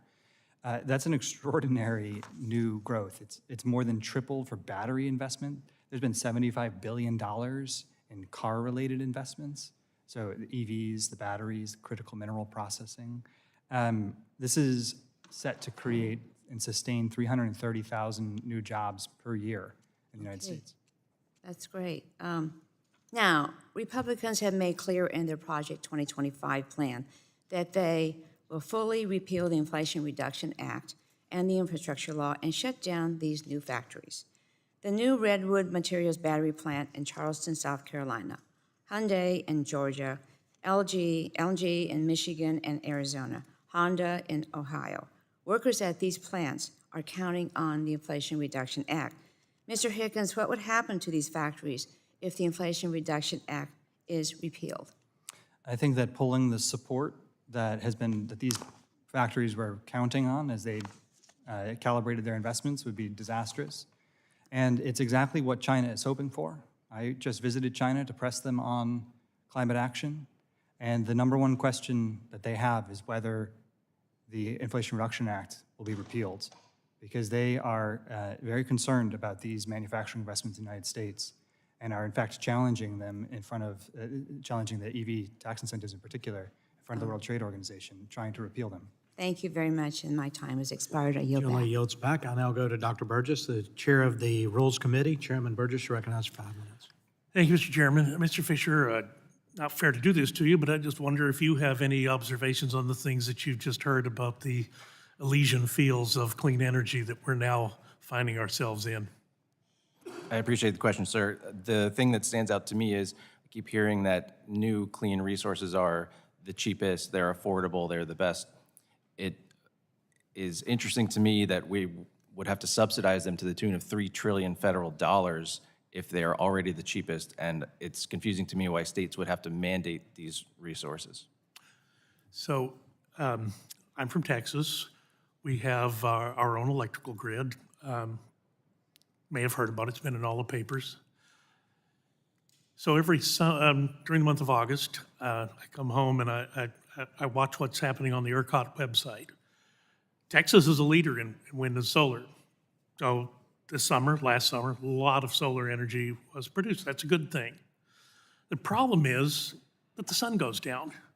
And it seems to be a predictable phenomenon. It occurs about in the summertime in Texas. It's about 8 p.m. in the time zone that I live in.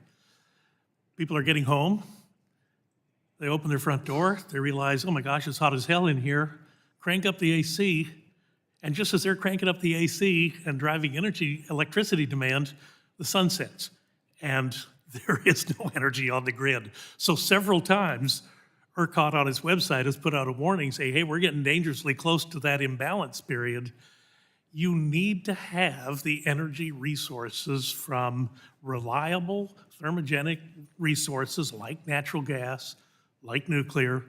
And if you don't have that as part of your mix, I don't care how good you are in wind and solar. And Texas is good. They've made significant investments. They've made those with state dollars, not with federal dollars. And the other thing I'm just obligated to point out, I just came from a budget hearing. We have got a massive deficit problem in this country right now.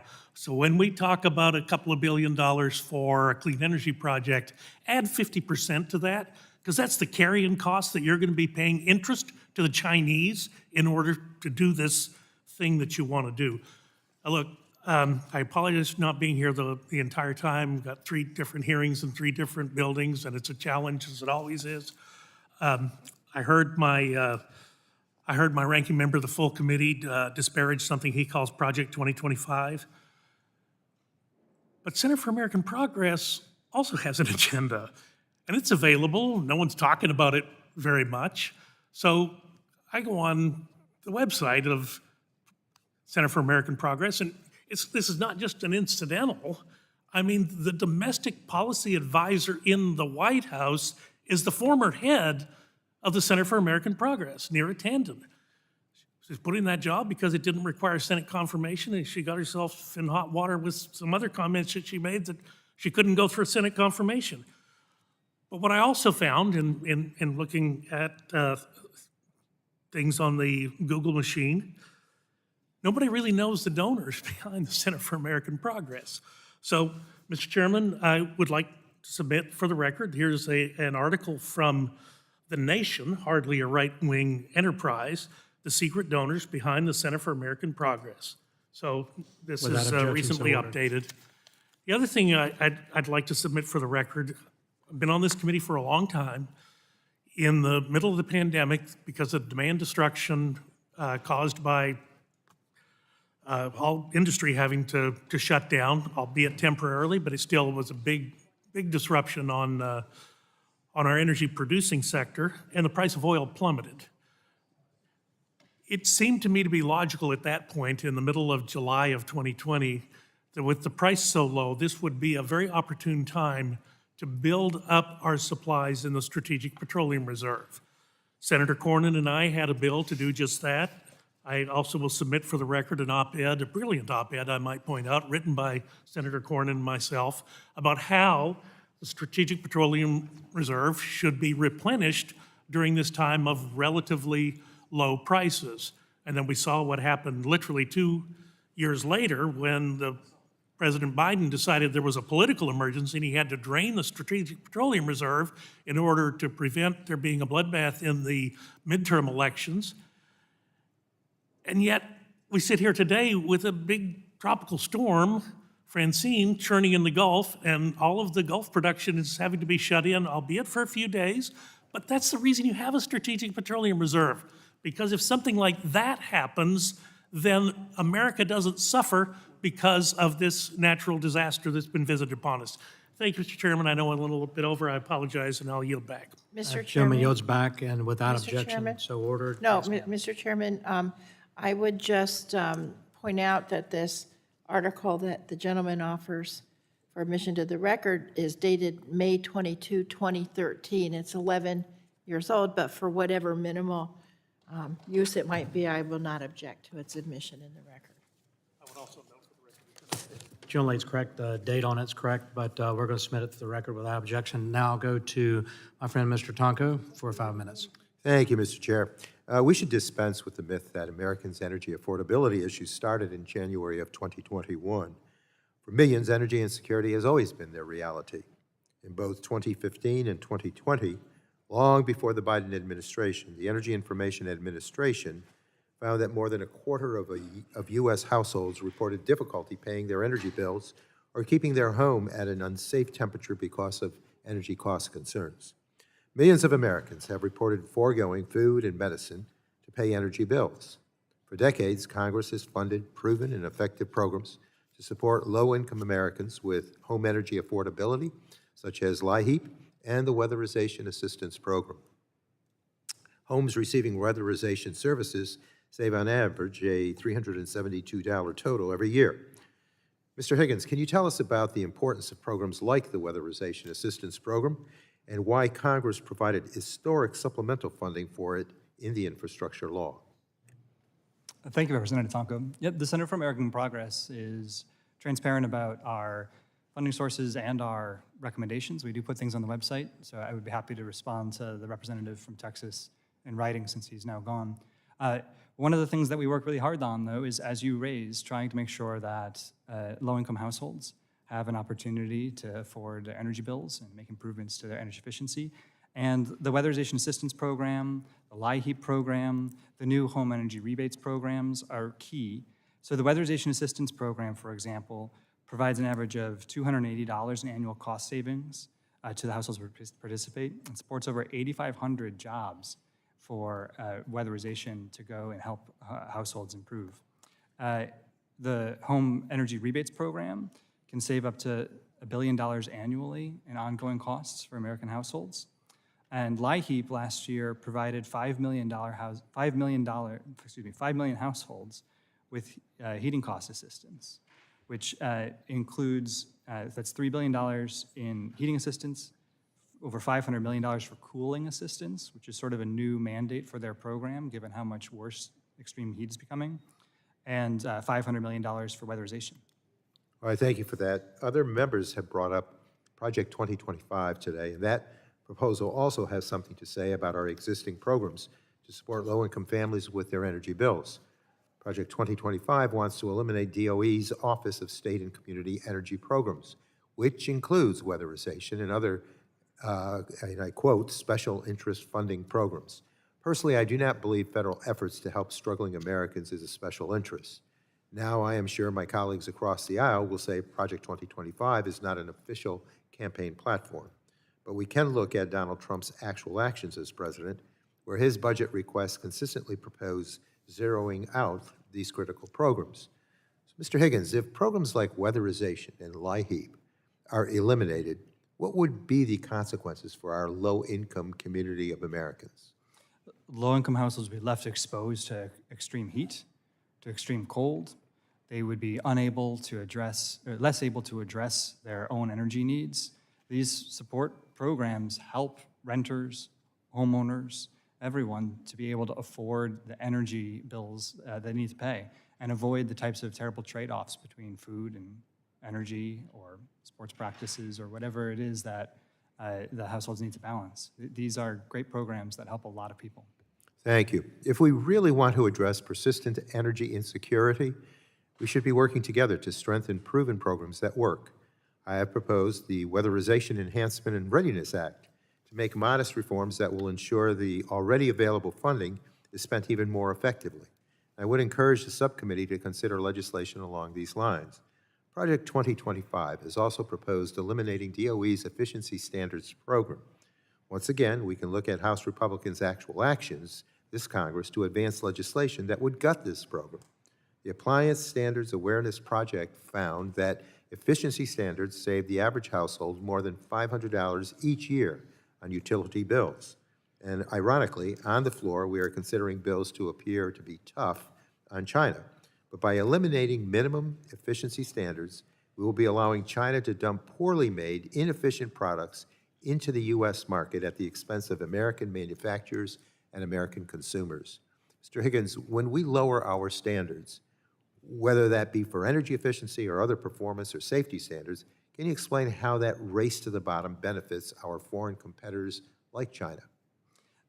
China actually exports a fair number of air conditioners to other parts of the world, and they have watched with concern as we've raised our standards because it has jeopardized their ability to dump inefficient air conditioners onto the developing world. That's a problem for people everywhere. When we raise our standards, it puts pressure on the whole rest of the world to do better, and that benefits not just low-income households here, but also in Africa and Southeast Asia, places where air conditioning is a matter of life and death. Well, somebody claimed Project 2025 is an unofficial blueprint, but whether it's eliminating weatherization or gutting efficiency standards, it's clear that Donald Trump and many Republicans in Congress have already been using this playbook. And with that, Mr. Chair, I say thank you and yield back. Gentleman yields back. I now go to the chair of the O&I Subcommittee, Mr. Griffith, 5 minutes. Thank you very much, Mr. Chairman. I greatly appreciate it. Mr. Chairman, I think we've just provided a copy of the Martinsville Bulletin article by Bill Wyatt related to electricity rate increases likely, and I would move that we have that submitted into the record if appropriate. And y'all can look at it later and get back to me on that. Without objection, so ordered. In that article, and it was based on the PJM, so eventually I'm going to come to you, Mr. Fisher, for a question. But in that article, the Martinsville Bulletin reporter, Bill Wyatt, went through and took what the PJM's Executive Vice President, Stu Bressler, said the increase would be based on the fact that the PJM price for capacity reservation went from $28 in the most recent auction this summer to $270 per megawatt per day. And as a result of that, they took the numbers from PJM, they calculated them. I had sent out a statement, in all fairness, and they calculated that in the Martinsville-Henry County area, the average monthly bill of $206 would increase to $343. Now, it gets a little complicated for folks watching back home. I know you know this, but the reserve capacity or the capacity reservation means we're gambling on next year's cost on a particularly hot or a particularly cold day when electricity is being used a lot. And while it only accounts for about 8% of the overall cost in the bill, it does mean that rates have to go up when you jump from $28 per megawatt per day to $270 or almost $270 per megawatt per day. So the question to you is, and you can tell I'm alarmed, and I know you touched on it, what's that going to mean for constituents back home? Not just the price increase that I've already mentioned that Mr. White went through and did the extra homework to come up with his own number of what that was going to cost his readership. But what does that mean when that price goes up? Does that mean brownouts, blackouts, or does it just mean people have to not have air conditioning or not have heat? And I would remind you that in our region, we went down a couple of Christmases ago to about 3 degrees. Go ahead, Mr. Fisher. As a resident of the state of Maryland, I was alarmed as well when I saw the Consumer Council there published a range that could be as high as a 24% increase in retail rates just due to the PJM capacity auction. That's unfortunate, but I do think prices give us a signal. Prices tell us something. And what the PJM capacity prices are telling us it's the combined reality on the ground, supply and demand. So we're reducing supply through EPA regs and other things. We are having significant load growth, which would be overall a good story. That's a positive story. That means economic growth. But load growth in the context of supply constraints means prices are going to skyrocket, and that's exactly what's happening. And I'm sure somebody's touched on this before, and I'm chairing a hearing upstairs, so that's why I wasn't here earlier. But when I was a young lawyer a number of years ago, the Appalachian footprint in Southwest Virginia was the 3rd lowest electric rates in the country, and that was because of coal and natural gas. But now we're on average with the average, and with PJM's reserve capacity auction, we're probably going to be slightly above average next year is my guess.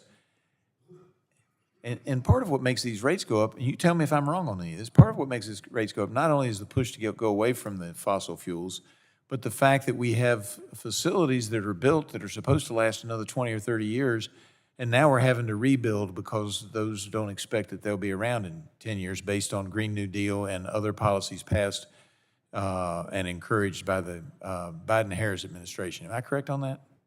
That's exactly right. And the only thing I would add is the cheapest electricity that we have is from a power plant that's already built, that's already been in operation, especially if it has useful life going forward. It is a real shame to shut those power plants down because that is the cheapest energy we've got. And those are exactly the kind of power plants I have, and it is illogical to think that we're going to get rid of all of that. I'm happy for us to move to nuclear. I'm happy for us to move to hydrogen. I'm happy for us to move to wind and solar, as long as we're not sacrificing the people in my district who have, the average has gone over $50,000. The average household income in my district is a little over $50,000 a year. You suddenly start raising your electric rates to where the average in that Martinsville, Henry County area is going to be about $343, if I remember correctly. That's a real impact on these families, and it's going to mean that people are going to have to cut something out, and it means they're probably going to go cold or get excessively hot in the summer. Mr. Chairman, I appreciate the consideration of my colleagues, and I yield back.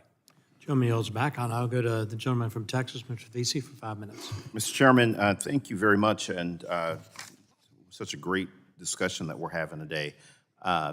Ms. Pryor laid out, and I thought it was really interesting for people to understand about how fuel price can have upward pressure on food prices. I thought that was really interesting.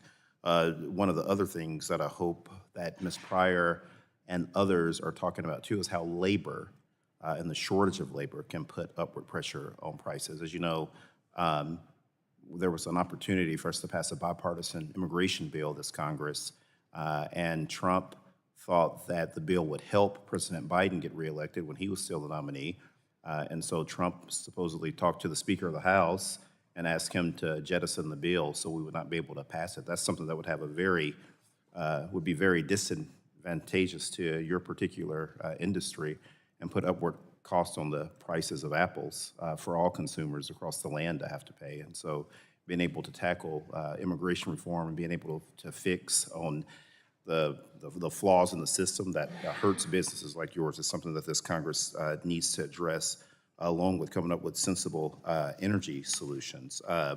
And speaking of sensible energy solutions, low-income families, obviously, in the state of Texas have been hit very hard when it comes to their electric bills. We have very hot summers in Texas. I don't think that I have to tell anybody that. Sometimes we'll have 20, 30 plus days of 100-degree days over the summer months. And the IRA is helping to lower bills in Texas, which I think is awesome. And we're creating a lot of jobs in the Lone Star State because of the IRA. An estimated $66.5 billion of investment in large-scale clean power generation and storage is expected to come to Texas between now and 2030. And there are so many other areas. And I know that, Mr. Higgins, in your testimony, you cited Texas, and our wind and solar industry saved about $11 billion in wholesale electricity costs in 2022. With that in mind, can you elaborate on how the IRA specifically helps low and middle income families reduce their energy bills? Because as you know, in order for these new cleaner technologies to really be successful and be embraced by the American public, not only do they have to be reliable, but they have to be affordable. So can you elaborate on that a little bit? Yes, I'm happy to. The clean energy that's adding to the system helps save money and lower electricity prices. As you mentioned, the large number, just on a daily basis, that's $20 million per day in avoided fuel costs alone. Those savings help people who are really exposed to electricity prices, which include low-income households who spend 20% of their incomes on energy bills and transportation fuel. That's triple the typical household expenditure. It's just a larger proportion of their expenses. And they often, a low-income household often is not in charge. Either they don't own the house, or if they do, they haven't had a chance to upgrade the efficiency. So households that low-income households live in pay 20 cents more per square foot on energy because they have poor, drafty conditions or inefficient ways to keep to avoid the sun and to do the air conditioning. So the Inflation Reduction Act and the Bipartisan Infrastructure Law are investing in programs like LIHEAP and weatherization assistance. There are tax incentives for the purchase of new appliances. But for households that don't have a tax bill, that's not as helpful, which is why the Inflation Reduction Act also creates rebates. So if you're a low-income household, you can get up to 100% of the costs of upgrading your home covered by the bill. And that includes electric panel upgrades you might need, as well as the actual appliances. So I just mentioned a couple of the programs. There are many more. These are just rolling out now. The states are only starting to implement that rebate program I mentioned. So the savings we are going to see here, I think, could be really beneficial for people. Yeah, no, absolutely. And in closing here, you know, the West Texas Intermediate dropped and closed, to below $67 a barrel yesterday. I was just wondering how the clean energy infrastructure under the IRA can contribute to long-term stabilization of energy prices, not just in Texas, but across the country. Right. So as you mentioned, the crude oil prices now are half of what they were in 2022. And gasoline prices have gone down from $5 to like $3.33. So it's been a major trend. The thing is, we don't want to be left in a position to have to pay those high prices again the next time global supplies are interrupted. And the Inflation Reduction Act, as you mentioned, is helping to protect us against those by giving consumers options that will leave them less dependent on these fuels. Absolutely. Amen to lower gas prices. Thank you, Mr. Chairman. Gentleman yields back. I'll now go to Mr. Latta for 5 minutes. Well, thank you, Mr. Chairman, and thanks for this very important hearing today, and thanks for our witnesses for being here. I have a very unique district. I know the members on this committee have heard me say it a lot of times, but I have 86,000 manufacturing jobs, largest in the state of Ohio. But I also have the largest farm income-producing district in the state of Ohio. Agriculture runs deep in our area, and my mom's family, they settled family farms in the 1840s, and my mom was raised on the family farm. one of 7 kids. My wife comes from a family farm up in Williams County that was settled in 1835, and the family's still on it. And they've gone through good times and bad times like everyone else has. But, one of the things that as I drive across my district and see what's going on out there, it's important because, the crops are out there right now, in another month and a half, hopefully, that we're going to start seeing the production of taking off the crops. But, Ms. Pryor, if I could ask you some questions, because again, when I read your testimony, it was very interesting and also hit home because prior to this hearing, I got a letter from a farmer in my district. And when I look at in your testimony, when you're talking about, your production costs and what's happened in the last several years, and you said, and since 2021, when we spent $57,000 for diesel and gasoline compared to 2023 when we spent $83,000. And, I'm looking at what they did, and they broke things down in this letter. But they're showing that in 2021, they had about $122,000 in fuel costs, and then they're projecting this year being at $180,000. And then their fertilizer costs are up from $580,000 to $900,000. And again, because a lot of people don't realize, sometimes when they think about oil and natural gas, they think that's the things we're powering things with or heating with, but not realizing what we're making out of those products for fertilizers. They're so important for our farmers. And if I could, just, when you look at what's happening for your farm, and I know you really pointed out in your written testimony, but when you look at your farm costs out there and the higher energy costs and peripheral costs, fertilizer, fuel and equipment, et cetera, how have you been, trying to manage that? Because again, you got to have a bottom line out there, and where do you see that bottom line heading you, saying that production is going to cost us more than we're going to be taking in? This year, we will have a negative, and the USDA projection, farming as a whole will have the second consecutive year of having a loss. But last year we broke even. This year we're not going to do that. We're going to have a loss.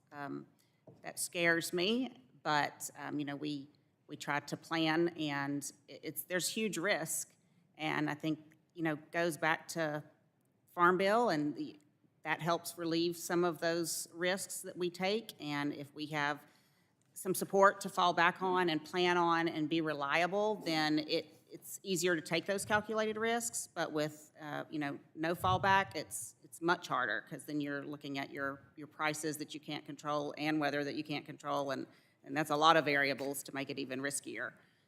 But we farm because we love it, and it is our livelihood, but it is also our life, and there's nothing else that we want to do. And so just to say, oh, well, it wasn't profitable, we're going to close and do something else, that's really not an option. And it's not, having the equipment and the ability to grow different crops, that takes time too. So we are constantly, for us, the processing market for apples is changing, and we know that, and we're not naive to that. And so we will look at other options and other types of apples and varieties that we can grow and set, but it takes planning. You're looking at 5 years from setting to your first harvest. So it's not something that we can just change overnight and, this isn't working, we're going to switch. Let me ask this, I only have about 38 seconds left in my time remaining. How do you plan, especially on energy costs, when you see the energy costs going up? How do you plan when you budget for the year for your farming? I'm sorry, I only got about 26 seconds left. I would love to be able to budget. There is no budget, because how can there be? It's so variable, and we don't know what we're going to get paid for a crop until it's right at time to harvest it. So there's no way to, it would be great if we could have a better idea and some more security as to what things are going to cost, but there's no way, especially when you don't know what price you're going to get for your crop until it's time to harvest. Well, I appreciate the witnesses for being here, Mr. Chairman. Thanks for having today's hearing. My time has expired, and I yield back. Gentleman yields back. Ms. Custer's recognized for 5 minutes. Thank you, Mr. Chairman, and thank you to our witnesses. I just want to start by saying on the record, the Democrats are totally in favor of passing a farm bill, and it's the Republican leadership that's holding it up. So here we are at what may be the last Energy Subcommittee hearing of this Congress, and rather than examining the many issues facing our nation and its energy system, my colleagues on the other side of the aisle are once again trying to spin a partisan message about energy prices. The majority seems more focused on partisanship than facts. So here are the facts. Under President Biden, the United States is producing more energy than ever before. In fact, the United States produces more oil and natural gas than any other country. Thanks in part to this record energy production, wholesale natural gas prices are 30% lower under President Biden than they were under President Trump. Gasoline in my district right now is $3.19.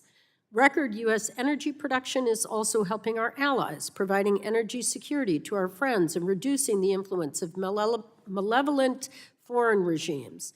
Thanks to the work of the Biden-Harris administration and House Democrats, we've also set the stage for the United States to dominate clean energy markets. The Inflation Reduction Act is turbocharging U.S. investment in renewable energy projects, helping to drive down U.S. carbon emissions. In 2023, carbon emissions from the electric power sector declined by 7%. If we pass meaningful permitting reform to help us speed the construction of new transmission projects and the relicensing of existing hydropower facilities, both issues that Democrats on this committee are working hard to accomplish but have been thwarted by the Republican partisanship, we can continue to drive down carbon emissions and meet the Biden-Harris administration's carbon goals. The Inflation Reduction Act is also turbocharging investment in the domestic manufacturing needed to supply future clean energy projects. This domestic manufacturing means new jobs, and the Biden-Harris clean energy agenda is creating a green-collar workforce for the future.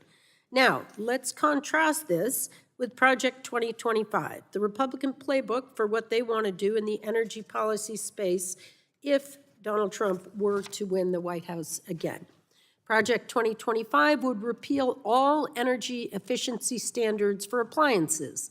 These energy efficiency standards are predicted to save Americans over $1 trillion in energy costs over the next 30 years.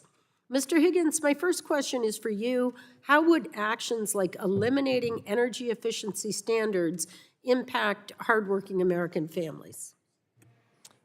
The energy efficiency standards are set to save almost $2 billion a year in energy costs, and eliminating the opportunity to continue to improve efficiency standards or even rolling those back would just make it harder for people to afford their monthly budget. And to pay their bills. Thank you. Project 2025 would also undermine the independence of regulatory commissions like the Federal Energy Regulatory Commission and the Nuclear Regulatory Commission. Mr. Higgins, my second question is to you. How would curtailing the independence of these regulators hurt hardworking American families? Having a reliable regulatory system for things like nuclear power plants, I think is critical for industry and for the public to trust that future investments are safe and worth making. The same thing with the Federal Energy Regulatory System. The Commission is responsible for getting transmission built, permitting pipelines even. And if we can't have a reliable regulator who plays fair and addresses the problems of today, we're going to have trouble building the new grid that we need to remain competitive globally and see economic growth. Would you venture to have an opinion as to whether Project 2025 will raise or lower energy prices for hardworking American families? I'm confident, based on modeling I've seen and the analysis of the programs, that Project 2025, if implemented, would raise energy costs, not just above where we're hoping they will decline to, but above where they have been. Including farmers? Yes, I would think so. There's more than $20 billion in the Inflation Reduction Act that we hope will see renewed in the Farm Bill that will help diversify the revenue streams for farmers. And this is helping to protect small businesses even as they face fluctuating commodity prices influenced by energy costs and extreme weather.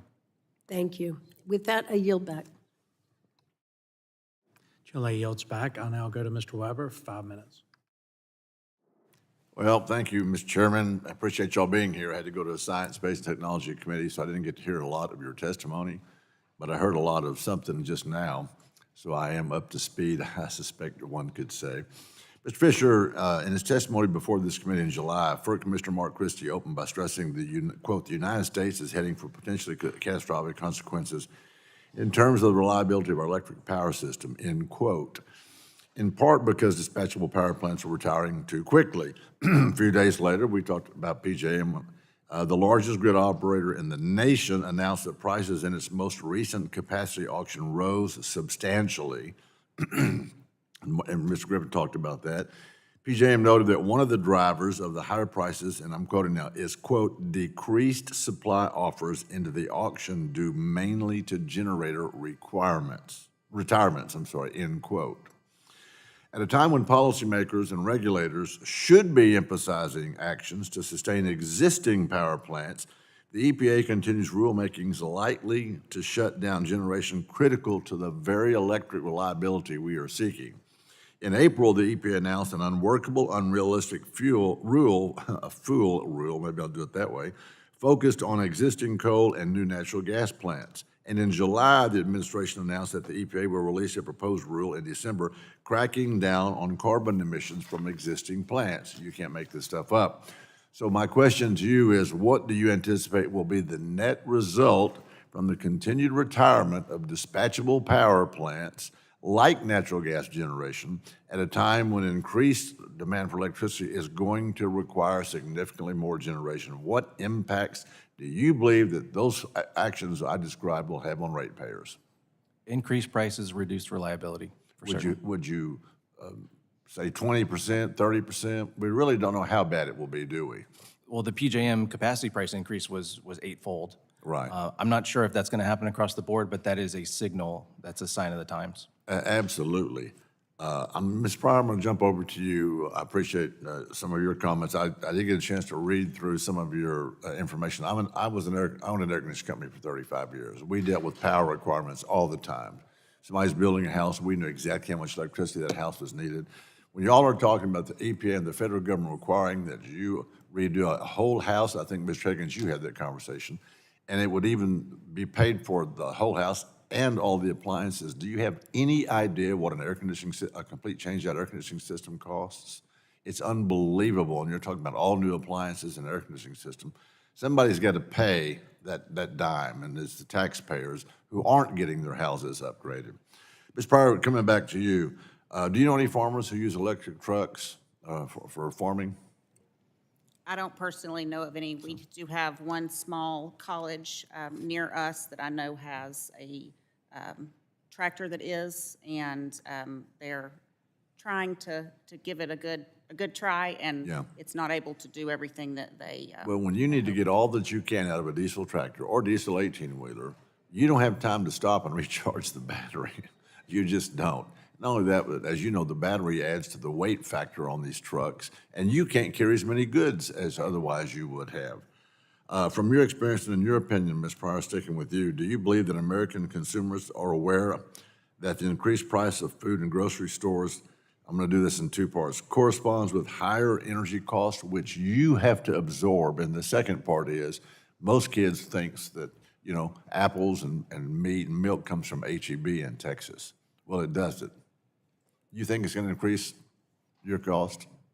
Oh, it definitely increases my cost. Was your first part of the question, did I think people realize? Do you think Americans are really aware of that? No, not at all. I do a lot to try to advocate for agriculture and just education, and people don't realize what goes into it. So even, let's say, strawberries, the plastic clamshell that they're in, the plastic costs more because of petroleum. Right. The cereal box, the plastic bag that's inside, everything it is increased. All those input costs are increased, and that's one of the war big on drivers fossil behind it. fuels has hurt us because, for one thing, we're not teaching young people exactly how badly we need petroleum products just in every facet of our life. Mr. Onwuka, am I saying that right? Onwuka. Okay, I'm coming to you. Yes or no? Do you believe that the average American can afford to pay $9,000, and that's low, I was in that business, to retrofit their homes with climate-friendly appliances? You believe the average homeowner can afford that? No, they can't. Yes or no, do you believe that it's acceptable that 37% of households reported difficulty paying for usual household expenses, including utility bills? Is that acceptable? No. And we're only going to make it worse. Mr. Chairman, I could go on, but I'm out of time. I yield back. Gentleman yields back, and I'll go to Dr. Schreier for 5 minutes.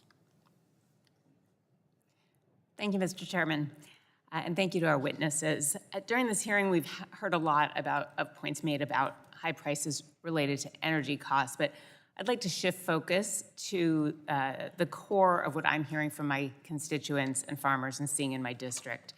Washington State consumers pay particularly high prices, and farmers have very high input costs. My constituents, both the farmers and customers, are hurting. In addition to these increased input costs, farmers are having to deal with being squeezed at the other end of the pipeline.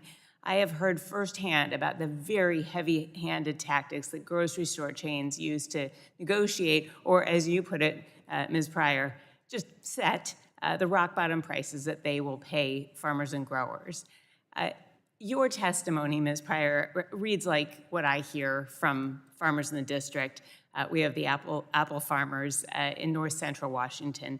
You already made very clear in your testimony that you are price takers and not price makers or negotiators. So let me be clear about this, that while big corporate supermarket chains are playing hardball with farmers and demanding the lowest prices, they've exploited the pandemic-era supply chain challenges to rake in profits, and then they continue to this day, even though the supply chains are no longer strained the way they were. For example, Kroger reported only a slight increase in sales through fiscal year 2023, but its sales and operating profits have continued to rise, I mean, to the point of almost 45% in 2023 alone. So sales stayed stagnant, prices and profits up.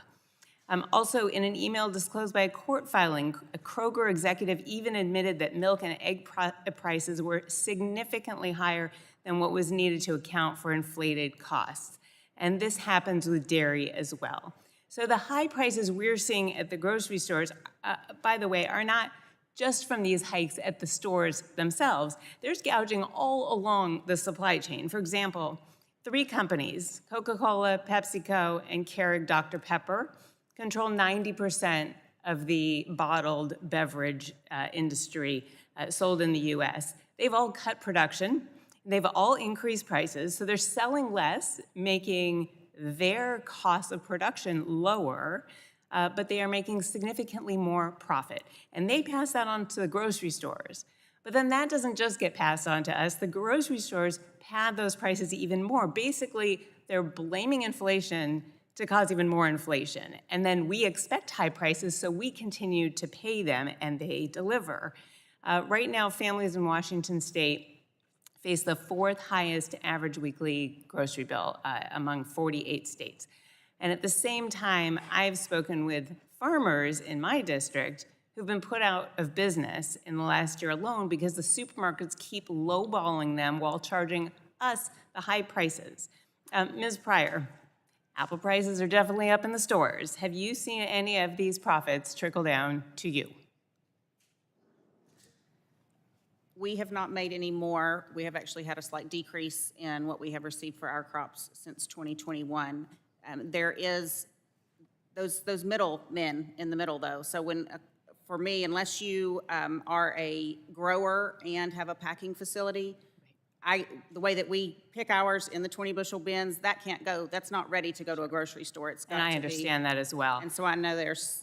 I will tell you that in my district, and you already have problems negotiating, I'm really concerned that Kroger and Albertsons are trying to merge. This means that prices will go up because there will be less competition. This will affect about half of the grocery stores in Washington State. So that is why I am calling on the FTC to block this. It will be the largest consolidation of supermarkets in US history.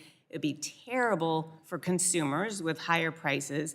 It would be terrible for choice, and it would be even worse for the orchardists in my district who will have zero leverage in terms of negotiating prices. So I want to call attention to corporate gouging. I want to call attention to this, that this does not help our orchardists, our other farmers, our dairymen, or other producers, that what it's doing is hurting us and not helping family farms. And I feel like by you acknowledging that consolidation, imagine too, if farms aren't profitable and strong, we're going to see more consolidation with smaller farmers that can't stay in business. And then that just hurts future generations, that hurts the people's ability to have choice and diversity, because it takes all sizes and all types. So we don't want to see people having to sell out and be bought out by bigger farms. We want everyone to be profitable so they can stay in business. We need to keep our family farms, and that's what I want to see in our Farm Bill. Thank you very much. I yield back. Gentleman yields back. I'll now recognize the chair of the Republican Policy Committee and a great member from Alabama, Mr. Palmer, for 5 minutes. Thank you, Mr. Chairman. I've heard my Democratic colleagues mention several times Project 2025, and I want to tell you, as chairman of the Republican Policy Committee, there's been no collaboration, no contribution. I haven't even read the report. So if you want to keep misleading the American public about it, I caution you that we produce our own policy committee policy. So just wanted to make that clarification for the record. I also want to point out some things that in 42 months, the Biden-Harris administration seasonally adjusted cumulative inflation for all goods and services has risen 19.4%. That's 2.5 times faster than the 48 months during the Trump administration. For a family with an average income, a median priced home has not been this unaffordable since 1982. In 237 cities across the country, the average starter home price is $1 million. The economic effects of current federal regulations are estimated at least $2.1 trillion annually. That's passed on to the consumers. That's almost equal to the entire amount of personal income taxes collected by the federal government. Right now, the Biden-Harris administration is on track to add $47,000 in net present value regulatory costs per household from rules finalized during its first term. The inflation-adjusted median income for all households under the Biden-Harris administration has dropped by 2.3%. Household debt is at a record $17.8 trillion, $3.5 trillion of that originated during the current Biden-Harris administration. A lot of this has to do with energy policy. And I heard my colleagues talk about higher energy costs. Natural gas prices are flat. In fact, they're down 4% since August, Mr. Chairman. Oil prices are at a near 3-year low, primarily because of the decline in the Chinese economy and because of concerns of a Biden-Harris inflicted recession. So what's keeping energy costs up? What's keeping household utility prices higher is the federal government, the Biden-Harris administration, forcing energy companies to shift to renewables and the added regulations that are being laid on top of people.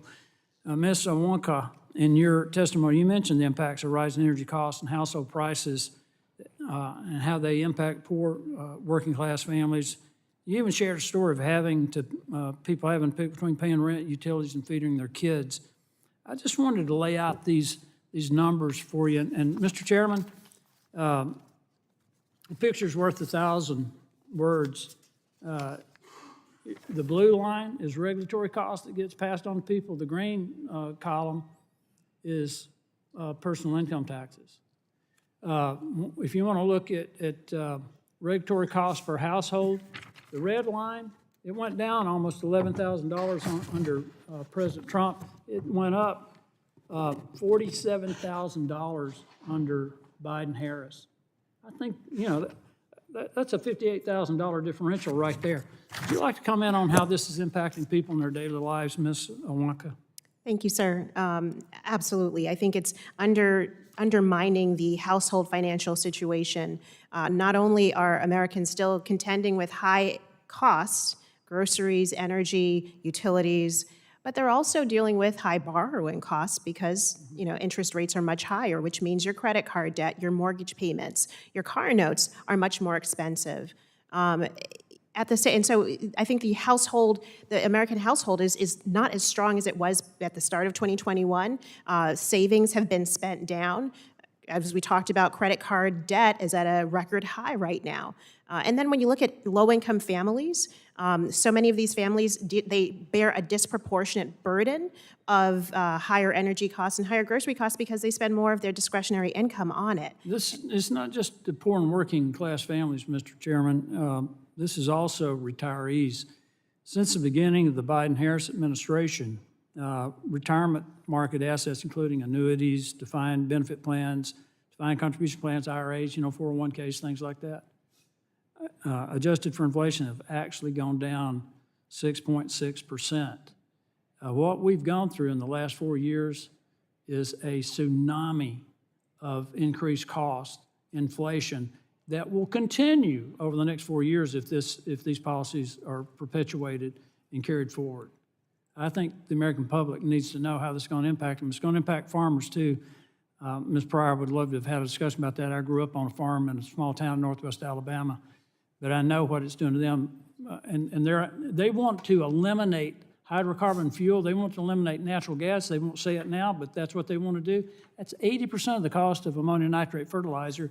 That's what feeds the world, Mr. Chairman. I yield back. Gentleman yields back. I now go to Ms. Fletcher for 5 minutes. Well, thank you, Mr. Chairman, and thank you to our witnesses for taking the time to testify today. I agree with you, Chairman Duncan, with your opening statement that we still have important work to do here in this committee. Building the infrastructure to keep energy costs low for all Americans should be a priority for Congress, and there are some very real challenges in that regard for this committee to consider. I don't think this hearing is getting us there. It feels a little bit more like campaign season in here and a lot of political talking points. I don't think that's useful, but I do think we should devote serious time and consideration to moving permitting reform legislation and other serious policy. So I hope we will have the opportunity to do that in this Congress.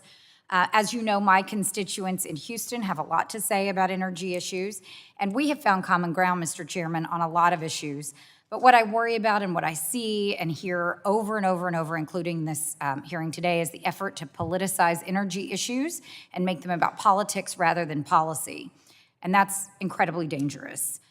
So I want to lay out a few facts to inform this discussion, but before I do that, I do want to note something that you said in your testimony today, Mrs. Onwuka, that you are representing women who value personal liberty, and I would note that I'm sure you would agree with me then, that when we're talking about the economic well-being of women in this country, access to reproductive health care and the ability for women to make their own decisions about whether, when, and how to have and grow their families is paramount, and that the policies in states like mine that they have put in place to restrict access to reproductive health care, to put the government between women and their doctors, and proposals to eliminate access to birth control are devastating for women on all the measures that you mentioned in your testimony: freedom, opportunity, and well-being.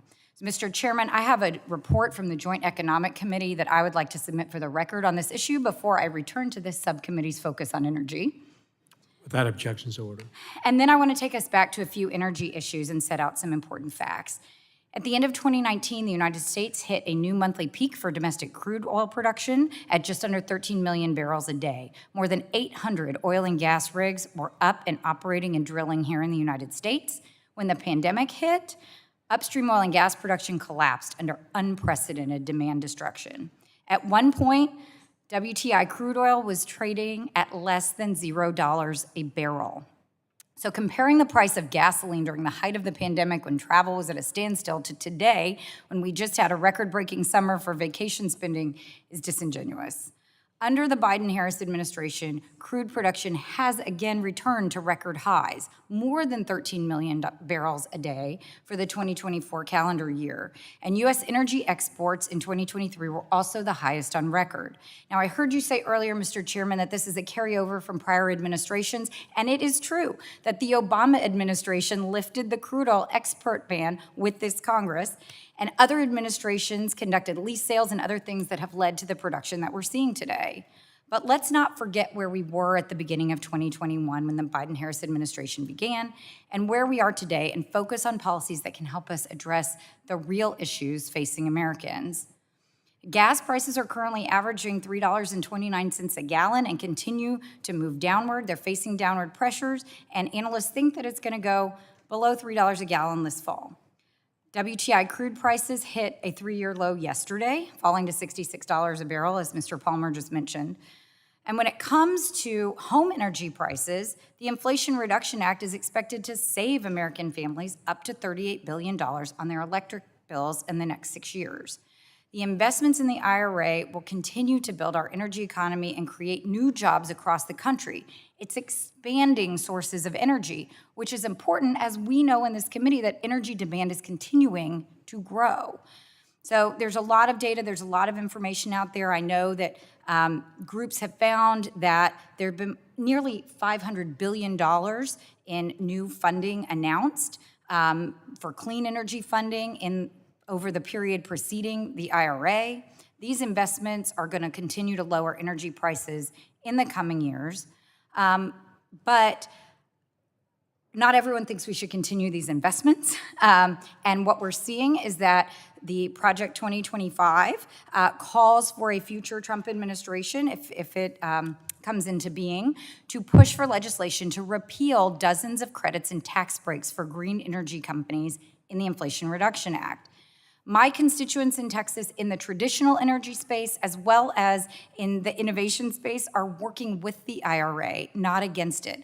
And they are counting on the incentives in the IRA when they are making business decisions today. Across the board, they want reliable, durable policy to inform their decision-making about their investments for short and long-term strategies. So with that in mind, I'm going to ask Mr. Higgins for the record, and I will submit it in writing, to just talk about what a repeal of the IRA would mean as Project 2025 proposes and what that would mean for domestic energy investment in the United States. And since that took all my time, I will yield back. Thank you, Mr. Chairman. Julie yields back. I'll now go to Mr. Balderson for 5 minutes. Thank you, Mr. Chairman. Thank you all for being here today. Excuse me. Mr. Fisher, in your testimony, you referenced the concerning energy transition and PJM report from 2023, which I like to refer to as the 4 R's report. As you know, this report confirmed that at the same time, the region is seeing a historic increase in demand on the grid from electrification and data centers. We're forcing too much of our existing reliable generation offline through misguided state and federal policies. The 4 R's report was released well before the EPA finalized their Clean Power Plan 2.0, which only compounded the issues facing our grid. The results of the increasing demand and tightening supply were seen in PJM's recent capacity auction, in which we saw the total cost to consumers jump from just over $2 billion in the last auction to nearly $15 billion this summer. I know we've touched on the PJM auction earlier in this hearing, but I'd like to follow up as this is one of my top priorities.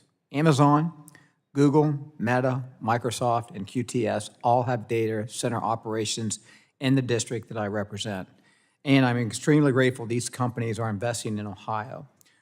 But we do need to pay attention to the increasing demand on the grid, and we need to analyze the negative impact EPA's power sector rules will have on our constituents. Mr. Fisher, as we begin to see the impacts of the Clean Power Plan 2.0 on generation and retirements, will retail electricity prices continue to increase?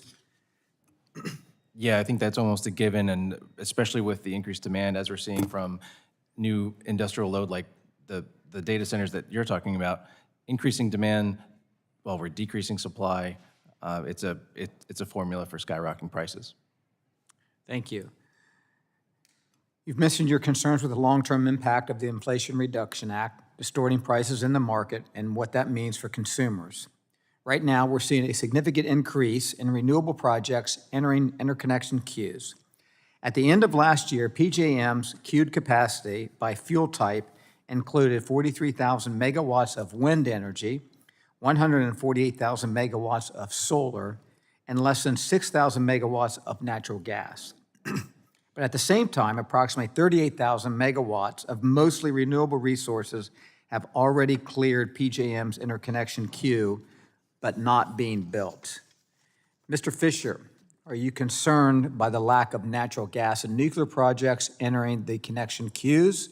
And what does this mean for energy costs for our constituents in the future? I am personally concerned, and it's not just me. The grid watchdog, the North American Electric Reliability Corporation, has pointed out that the changing resource mix is now the top priority in terms of the top risk for reliability that they see. Thank you. Looking toward the future, the EPA is actively working to further regulate the existing fleet of natural gas-fired plants under Section 111 of the Clean Air Act. We're expecting the EPA to release this proposal in December. Mr. Fisher, if the EPA follows the same logic they used in the Clean Power Plan 2.0 for this upcoming rule covering existing gas combustion turbines, what will the impact be on the cost for our constituents? Again, I hate to keep using the word skyrocket, but that's exactly what's going to happen. What they've done is they've mandated the impossible. They think it's possible to capture 90% of carbon emissions from power plants, from all of them, and that's just not possible. So what we're going to see is instead, if you're a power plant operator and you have the choice between doing the impossible and just shutting down, they're just going to shut down. Agree. Thank you. I'm going to shift over to Ms. Pryor. Thank you for being here today and discussing the impacts of the inflation and higher energy prices under this administration.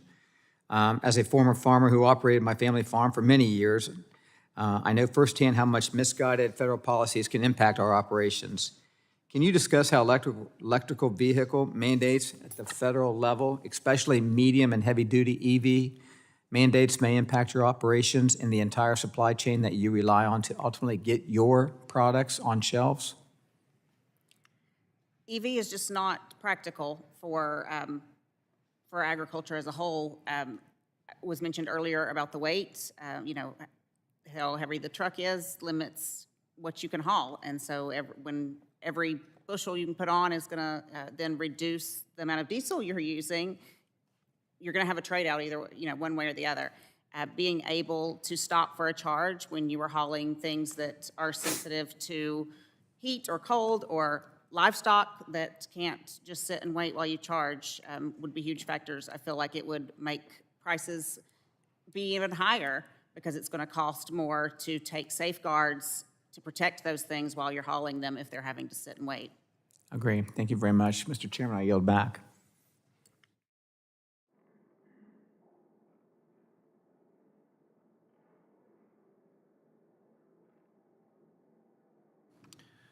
All right, gentleman yields back. I now go to Ms. Castor from Florida for 5 minutes. Great. Thank you, Mr. Chairman. Thank you so much for organizing this hearing because it really gives us an opportunity to contrast all of the hard work that Democrats have put in to lower costs for families, put money back into their pocketbooks, and contrast it with the looming far-right Project 2025 that would make life much more expensive for our neighbors. And I know we've been focused a lot on energy, but there was a report that came out just yesterday from the Treasury Department focused on healthcare cost. And because in the Energy and Commerce Committee over a decade ago, we hammered out the Affordable Care Act, that report said that over 50 million Americans have gone shopping in the healthcare marketplace to find an affordable healthcare plan over time. That's about 1 out of 7 Americans that have taken advantage, but this really hits home for me representing the state of Florida because about one out of every 3 Floridians have taken advantage of the Affordable Care Act. The entrepreneurs that don't have a health plan by a big employer, the folks who have fallen through the gaps, that over 6.7 million Floridians just over the past 10 years have gone shopping and found an affordable plan. That reflects the fact that more people in America have health coverage today than ever before. That's something we can be proud of. They have peace of mind that if they're diagnosed with something serious or something minor, they're not going to be destitute in their lifetimes.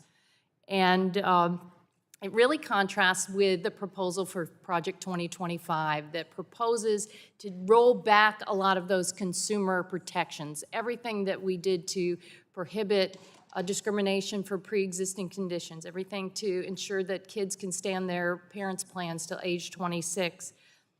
And then the Inflation Reduction Act helped make those plans less expensive for families.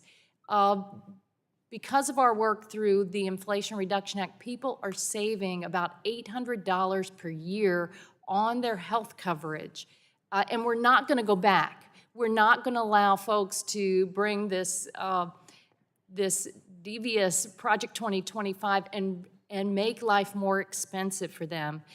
It's been the IRA that has capped the price of insulin at $35 per month for our neighbors on Medicare.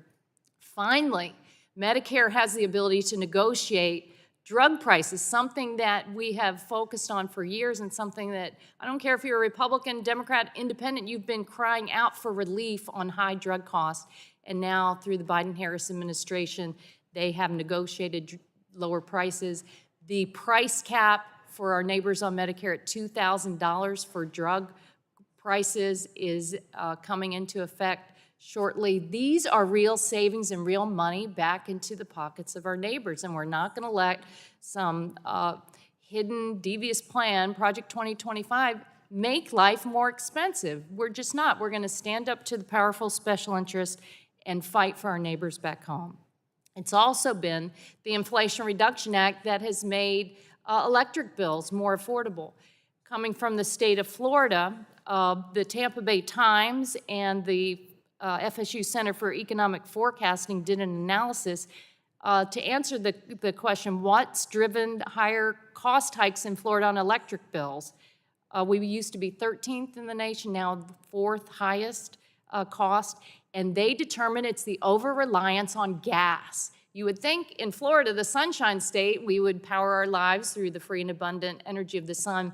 75% of our electricity generation comes from gas because the electric utilities have a sweetheart deal on all of this. But thankfully, the Inflation Reduction Act has pushed back on a lot of those special interests. Another report that just came out said that thanks to the Inflation Reduction Act, more than 165,000 Floridians claimed the residential clean energy tax credit this year, saving $715 million on their electric bills through a tax cut. Plus, more than 154,000 Floridians claimed the energy efficiency home improvement credit for up to $3,200 for installing more energy efficient windows, insulation, heat pumps, and they have saved over $131 million. But beware, because Project 2025 proposes to roll back those savings, really rip the carpet out from under our neighbors. We're not going to let it happen. People need these savings. They need these monies. We have to reduce pollution.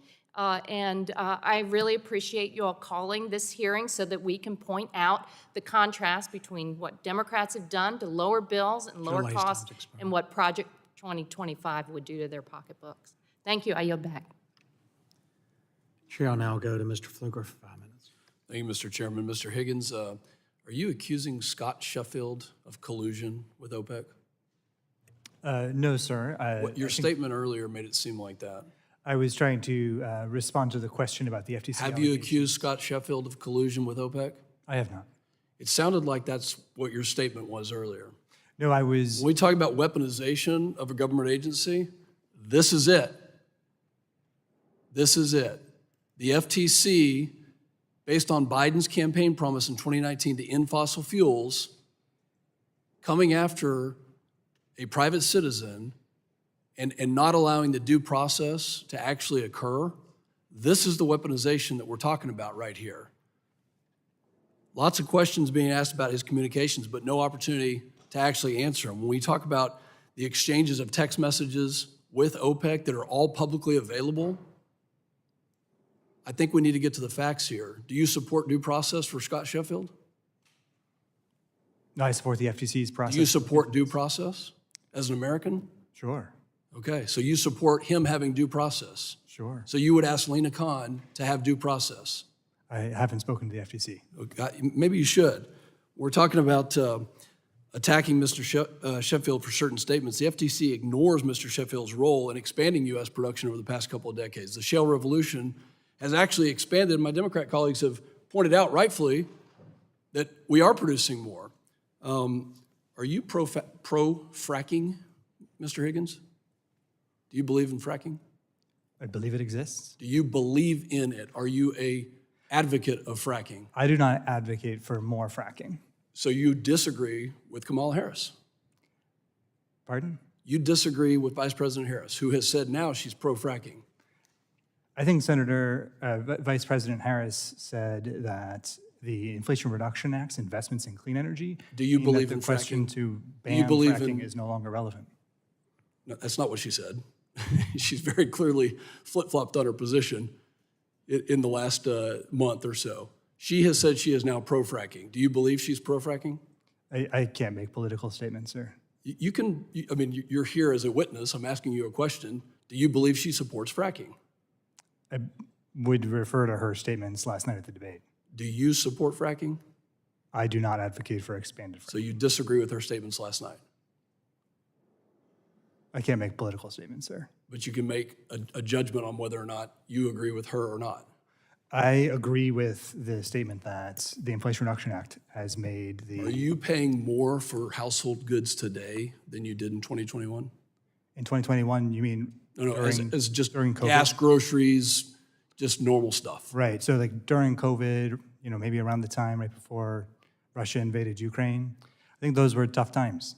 And prices are Mr. higher Higgins, today. are you paying more today than you were in 2021? Yes, prices are higher today Okay, in thank 2021. you. The Bureau of Labor has come out with statistics, and on average, Americans are paying $1,095 more per month than they did in January of 2021. This is from the federal government today. Do you believe in that statement? Sure. Okay, very good. Households are paying an estimated $148 more per food, $260 more per shelter, $129 more per month on energy on average. It's about $30,000 more a year. Do you believe in that? I do. Also, wages are higher, employment is higher. Do you believe that we are paying more now than we were in 2021? Do you believe that inflation is higher and has led to a $30,000 increase per year annually for goods? Prices are higher, but inflation's down to 2.5% as of this morning. So inflation is 2.5% for the last 4 years? No, I'm saying prices are higher now than they were then, but the rate of inflation today is down to 2.5%, which is more than three quarters lower than. Thank you very much. The weaponization from this administration on the energy industry that underpins our economy is nothing short of absolutely tragic. Hundreds of thousands of American jobs, the absolute necessity for every Main Street business, for every household, for our military, for national security purposes. And to hear that, and I'm glad you actually said you were not for fracking, that we now have to ask questions of the Vice President to see where her position is. Thank you for actually stating the obvious. I was going to ask you to write an op-ed with me, a pro-fracking op-ed, but we know where you stand. I think the question in our minds is, we don't know where Vice President Harris stands on this because we're pretty sure that she's against fracking. We're pretty sure she's against American energy. We're pretty sure that the administration in the last 4 years has done everything they can to put a target on the industry that actually underpins our economy and reduces prices of everything. Mr. Chairman, my time has expired. I yield back. Gentleman yields back. I now go to Mr. Cardenas for 5 minutes. Thank you very much, Chairman Duncan, and also Ranking Member DeGette for holding this hearing. And I want to thank the witnesses for being here, sharing your opinions, and in some cases, your expertise on the facts. Mr. Chairman, I've submitted a copy to the committee of this document that I'd like to submit for the record, and it's directly from the Heritage Foundation website. And No objection, sir. Thank you. It's titled, Trump Administration Embraces Heritage Foundation Policy Recommendations. Not prospectively, but this is dated from their website on January 23rd, 2018, in the middle of Trump's presidency. Unfortunately, the rhetoric we've heard today from Republicans blaming the Biden-Harris administration for rising costs has been rife with misinformation for their own political gain. The truth of the matter is that Republicans are not serious about protecting everyday Americans. In fact, their current proposed policies and future policy plans sell out the very people they are sworn to protect. To understand this, we must look not further than the very policy playbook created for a Trump potential presidency, Project 2025. Among many listed proposals included in Project 2025, the 900-page plan calls for to consolidate power into the presidency, place the Justice Department squarely under Donald Trump's authority, gut civil service, and abolish many critical government agencies like the Department of Education. None of this sounds like protecting the American people because it isn't. What it does sound like, however, is how a party plans to dismantle democracy. Unsurprisingly, Project 2025 does nothing to address the climate crisis and lowering its associated root causes. Absent of any pollution reduction goals, Project 2025 sets out to gut the regulatory bodies that protect our air and water quality, eliminate long-standing programs that support clean energy, and radically expand oil and gas drilling. And unfortunately, Republicans here in Congress have already been hard at work to pave the way for this very agenda. They have, for example, tried to pass legislation that would allow unlimited exports of liquefied natural gas, gut energy efficiency standards for appliances, and repeal the Inflation Reduction Act. If successful, their efforts will dramatically worsen the climate crisis, which, let's be clear, has already proven to be very deadly.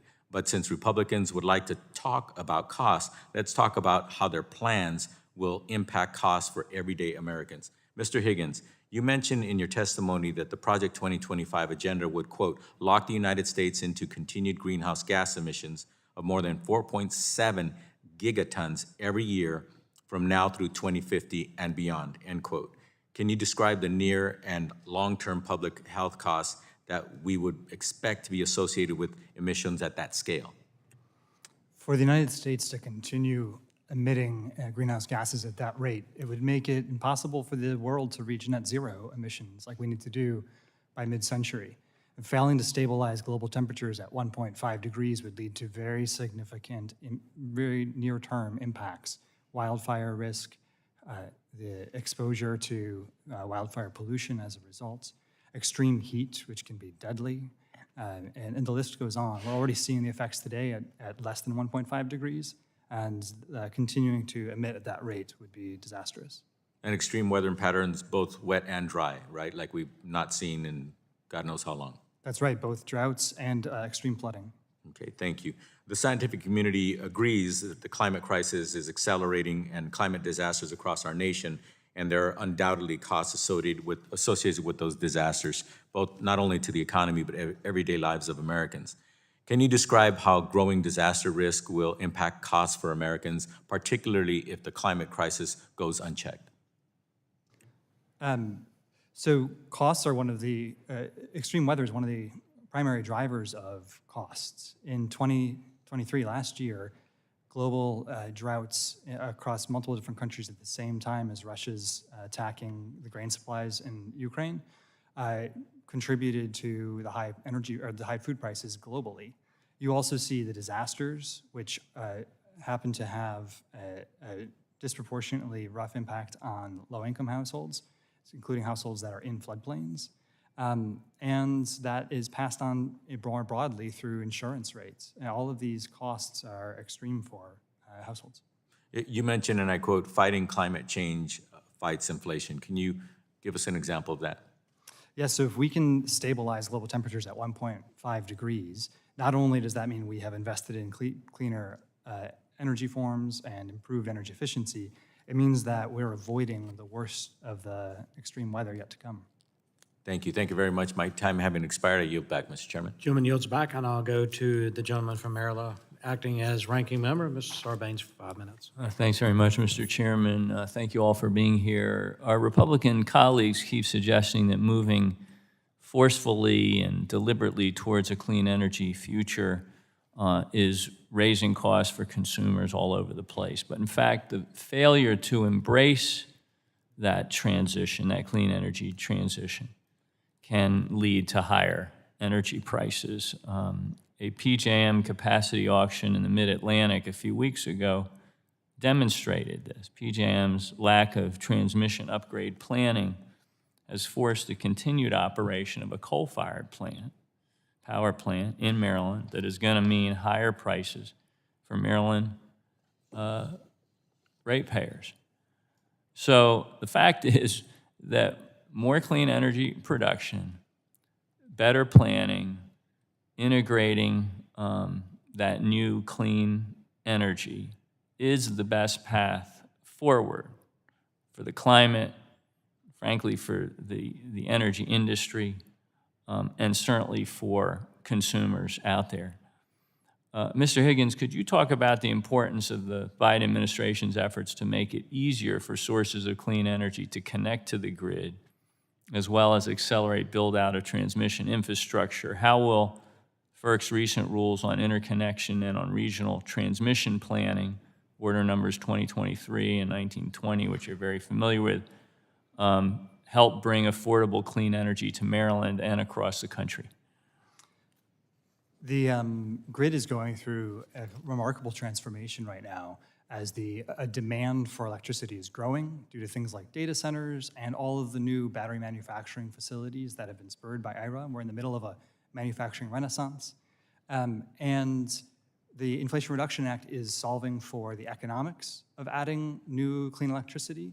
And the Federal Energy Regulatory Commission is trying now to solve for the challenge of getting all those new resources connected to the grid at the times we need them, in the places we need them, including through transmission lines to connect between where the resources are strong and where the demand is needed. All of this is going to be really important to be able to meet that rising demand.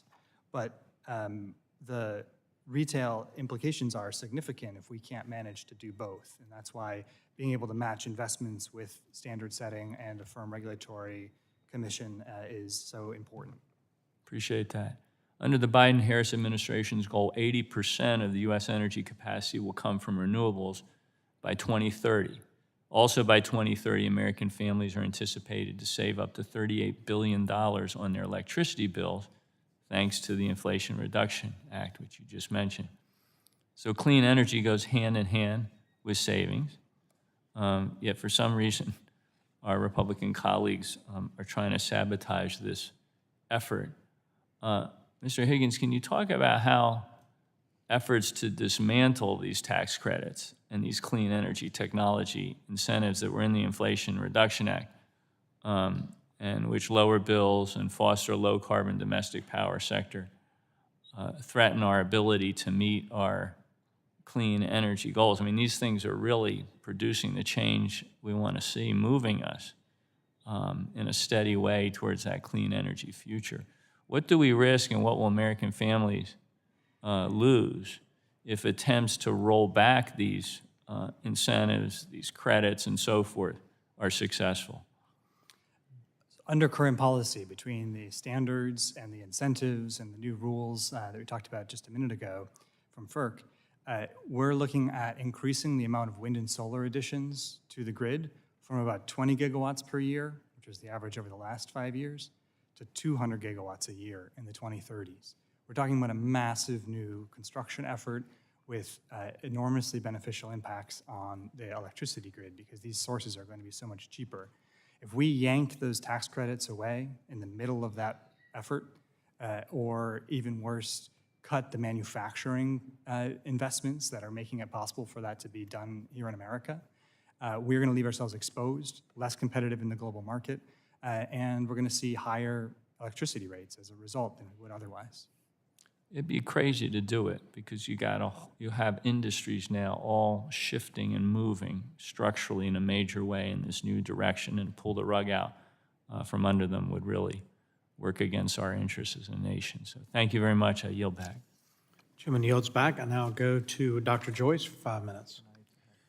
Thank you, Chairman Duncan and Ranking Member DeGette, for allowing me to wave on to today's hearing. And thanks for the witnesses for appearing with us today. The main takeaway from this hearing should be simple and actually something that every elementary student in my district knows, and that is that decisions have consequences. Over the last 3.5 years, the Biden-Harris administration has made policy decisions that have attacked the American energy industry. And now, my constituents are seeing those consequences each and every day at the pump, at the grocery store, and in their utility bills. The most recent capacity auction for PJM in July hit a record high of $14.7 billion. That's more than $2 billion that the ratepayers, my constituents, will have to pay. As a Pennsylvanian And as we heard last night, every 4 years, national figures come to the Commonwealth and flip-flop their position on fracking. And finally, accept that it is giving our nation clean, reliable, and affordable energy. In the communities that I proudly represent, we already know those benefits, and we don't change our minds every 4 years.